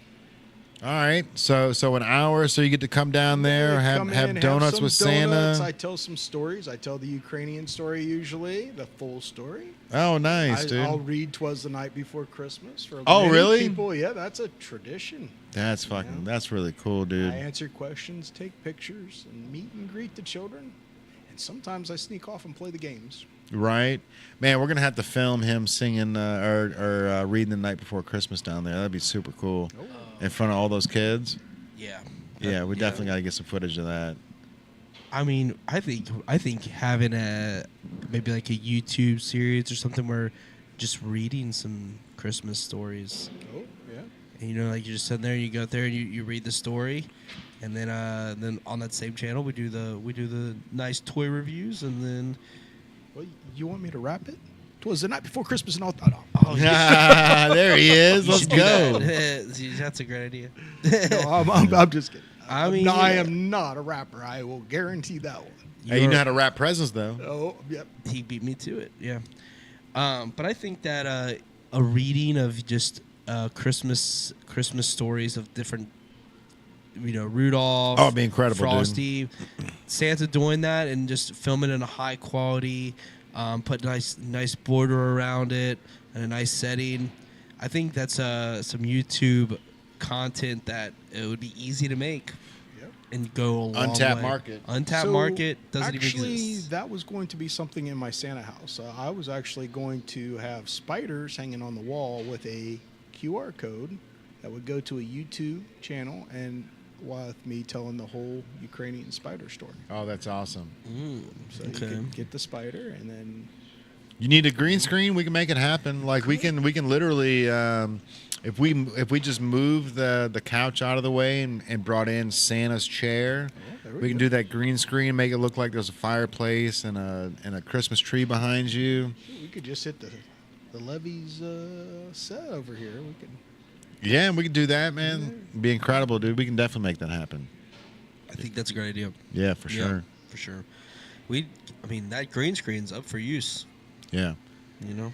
I did that before with Nathan, where we were able to like have a fake Christmas tree in the background, fake fireplace, and then we had real chairs and then real presents that were in front of the tree that was in the background. So, when we went to grab the present, it actually looked like you were grabbing a present from the Yeah. So I Good idea. last week I did Children's Hospital. Incredible. I love doing Children's Hospital, visiting all the children there, but you can't really go into the rooms. Right. So I do a virtual visit. They take an iPad into the room, so I don't transfer anything to the children. Mm-hmm. And they set me up on this incredible studio. I mean, it's just amazing of what they've got set up. Last year they had a backdrop behind me, and I suggested to them, they said maybe we should do a green screen. This year they came back with this incredible virtual background. It was incredible, and they had these windows, and every so often a reindeer would walk past. Oh wow, that's cool as And shit. it was really, really neat. I Yeah. was super I wonder impressed. who's coming up with that idea. Bro, You know what I mean? That's what I'm saying. Like, Fiverr. Fiverr. Just put a little time lapse on Fiverr. I think I mean when these companies come up with these, I breaking it. I was trying to hold it, bro. You're trying it. hold it. I win Sorry, again. Santa. I win again. I'm like undefeated. I'll have to go, and he breaks way sooner than me. So because at this point we're 2 hours and 56 minutes. Woo. Welcome to the podcast. Yeah. We've been here before, so you're familiar with our ways. We were just talking about the hospital and the iPad and stuff like that. But I kind of like, I wonder who comes up with these crazy creative ideas. I think I have this theory that there's a lot of good marketers in this world, but there's only a select few that really come up with that next level idea, and they basically sell their ideas off to places like that. Well, so You know? this was all, they have on-site people. And On-site people? This was in-house guy- made? Oh, yeah. Oh, they didn't buy this from an outsider? No, That's- he wrote it all right there. He created the whole thing. AI was incredible when it came to this. Yeah, he made this entire thing. The year before we spoke about it, and I told him about my green screen that I use and my virtual background, which was really cool. It was a little simpler than what he had, but I did have one window that had snow falling, Sure. right? Yeah. Which was really neat. Yeah, it's But cool. he took it to the next level. But his video had 16 layers in order to create the depth that he wanted. It was incredible. He said he had probably about 50, 60 hours into it. Oh, wow. The building of this. It was really neat. So we talked again this year, and this year we're going to do things like have a mouse come in and steal a cookie and run off. And Oh, for okay. next year, it's That's cool. because the kids really like the reindeer. So we're trying to add a little more depth and a little more excitement to it. So when you're in this room, so you're not seeing anybody. You're just in a room. They have a screen, like a recording, like So another I- iPad that I kicks. have a big screen in front of me. Okay. Okay. They have a camera up. Beautiful Sony camera sitting right in front of me. And then they have a lower screen that gives me all the information. Okay. So I know what's happening. And they put the camera right here in front of the screen. And boom, they're right there. And it's straight up just like I'm looking them eye to eye. It's really, it's a beautiful setup. It's interesting, and it's a really good way to get to the kids without actually like interfering with their process. You know, because I was in a hospital. You know, there's different. You know, so many germs. Obviously, things that they could pick up because they're vulnerable. So it's awesome that the hospital goes to those lengths for their patients. That's pretty amazing. Oh, he's showing me pictures. Show us on the camera. Let's see, where's that? It's right there. Yeah, there it is. Yeah, right there. It's a pretty cool setup. Yeah, it's laid out nicely. It was very well done. El Jefes. Oh, there he is. El Jefes. Shout out. He is an incredible Entrepreneur, chef. businessman, fire tacos, fire Cubans. You know what? Everything he makes is good. I am good. still not opposed to buying an outdoor urinal for right here, because running across the Step back right into the wall. perfect. You know what I mean? But then we got to empty it. I don't want to empty it. Yeah. Maybe, I don't know. I miss the bathroom in the back of the store. Yeah, 100%. I would say that's probably the one thing that I missed the most out of our previous endeavor. The previous spot to this spot was the indoor bathroom plumbing that we had at the back.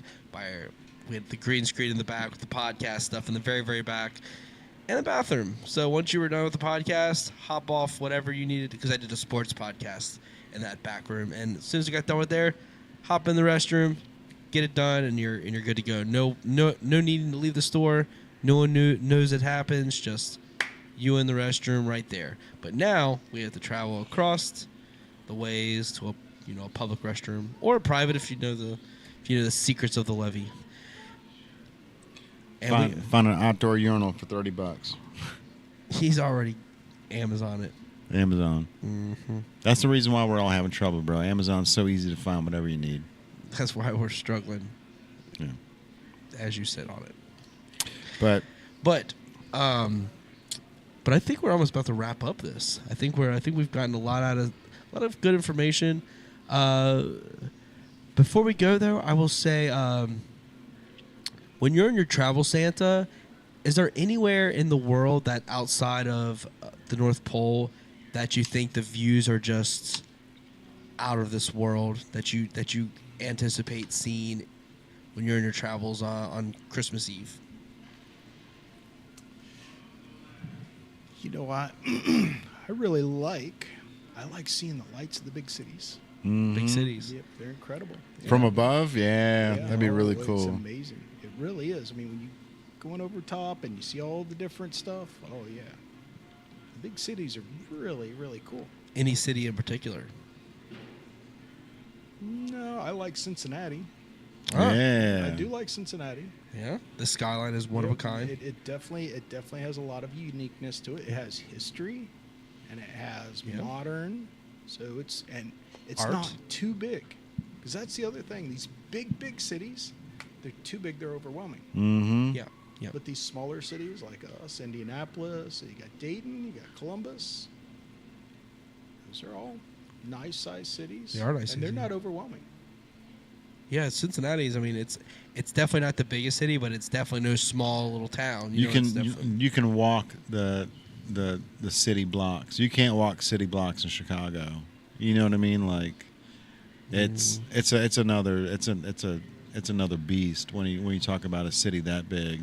Yeah, Chicago. I mean, the Windy City it's another level. I mean, being raised there where you were at, but you were actually outside of the downtown city, right? Yeah. Yeah. So you were off the, but I mean, Not far, Not like far. about 20 minutes from Okay. downtown. it's the suburbs. Yeah. Yeah. Yeah. Yeah, it's like Chicago. I mean, when you get down to like where the Bean is and everything, that's just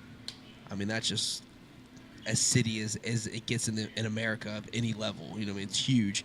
But I've had a lot of fun in Chicago. Chicago's one of my. I've had a great time visiting Chicago, whether it's music related or just visiting.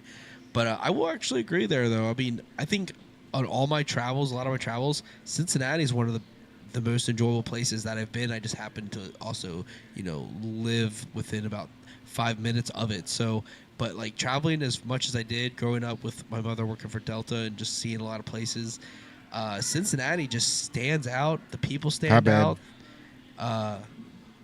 My wife's checking in. Hey, checking in, see what's going About on. to wrap up, Pook. Almost done, Jalen. But yeah, Cincinnati just has a lot of character and history and art and incredible food, solid people that like just some people that you really can get to know, and a lot of art, a lot of music. I mean, we've got a really rich history of stuff here. So Cincinnati, one of the best cities in my experience, and I love living here, man. It's a great place. When people are like, "Oh, I need to get out of the city," I'm like, "What? Do you know what else is out there? Like, it's a cutthroat world out there. You think grass is green where you water it. You know what I mean? Where you put your time in, you put your roots. If you think that going somewhere else is going to create this all new happiness, you might need to look internal for yourself. You know what I mean? But like, the city has everything to offer, and it's growing. It's one of the biggest cities for corporate offices in America. You know what I mean? Like, every corporate office has a tendency to come here because it's cheap to do business here, and it's growing in a lot of suburbs. So definitely a big fan of Cincinnati, just like yourself. And I appreciate everything that you've told us tonight, Santa. It's definitely eye-opening to see from the other perspective. Even though we've done these interviews before, I think a new take on how you're experiencing it and seeing what the kids are asking for. Squashmallows aren't as popular. No. They're not, but Barbies are still there. Barbies are still there. Barbies, Legos. Dinosaurs are still going strong. Yeah, they've been around for a long time, Yeah. But That's awesome, man. All right, Santa. So if anybody wants to get a hold of you, it's North Pole Enterprises on all the social media handles, northpoleenterprises.net. They can see you down here at the levee from 1 to 5 on Saturdays, or Factory 52 in Norwood on Saturdays and Sundays. That's awesome, man. And also you got Velocity going on. It was Saturday, correct? Saturday and Sunday. Saturday and Sunday from 10 to 11. You got Donuts with Santa, and he's also going to be telling some stories, bro. How cool is that? Right.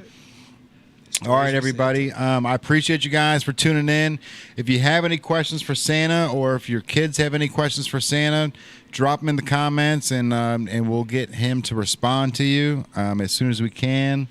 But I think this is going to wrap up another episode of the PowWow. Yes, sir. All right, man. Santa Claus, we appreciate you for coming down here and being a part of this. I know you're super busy.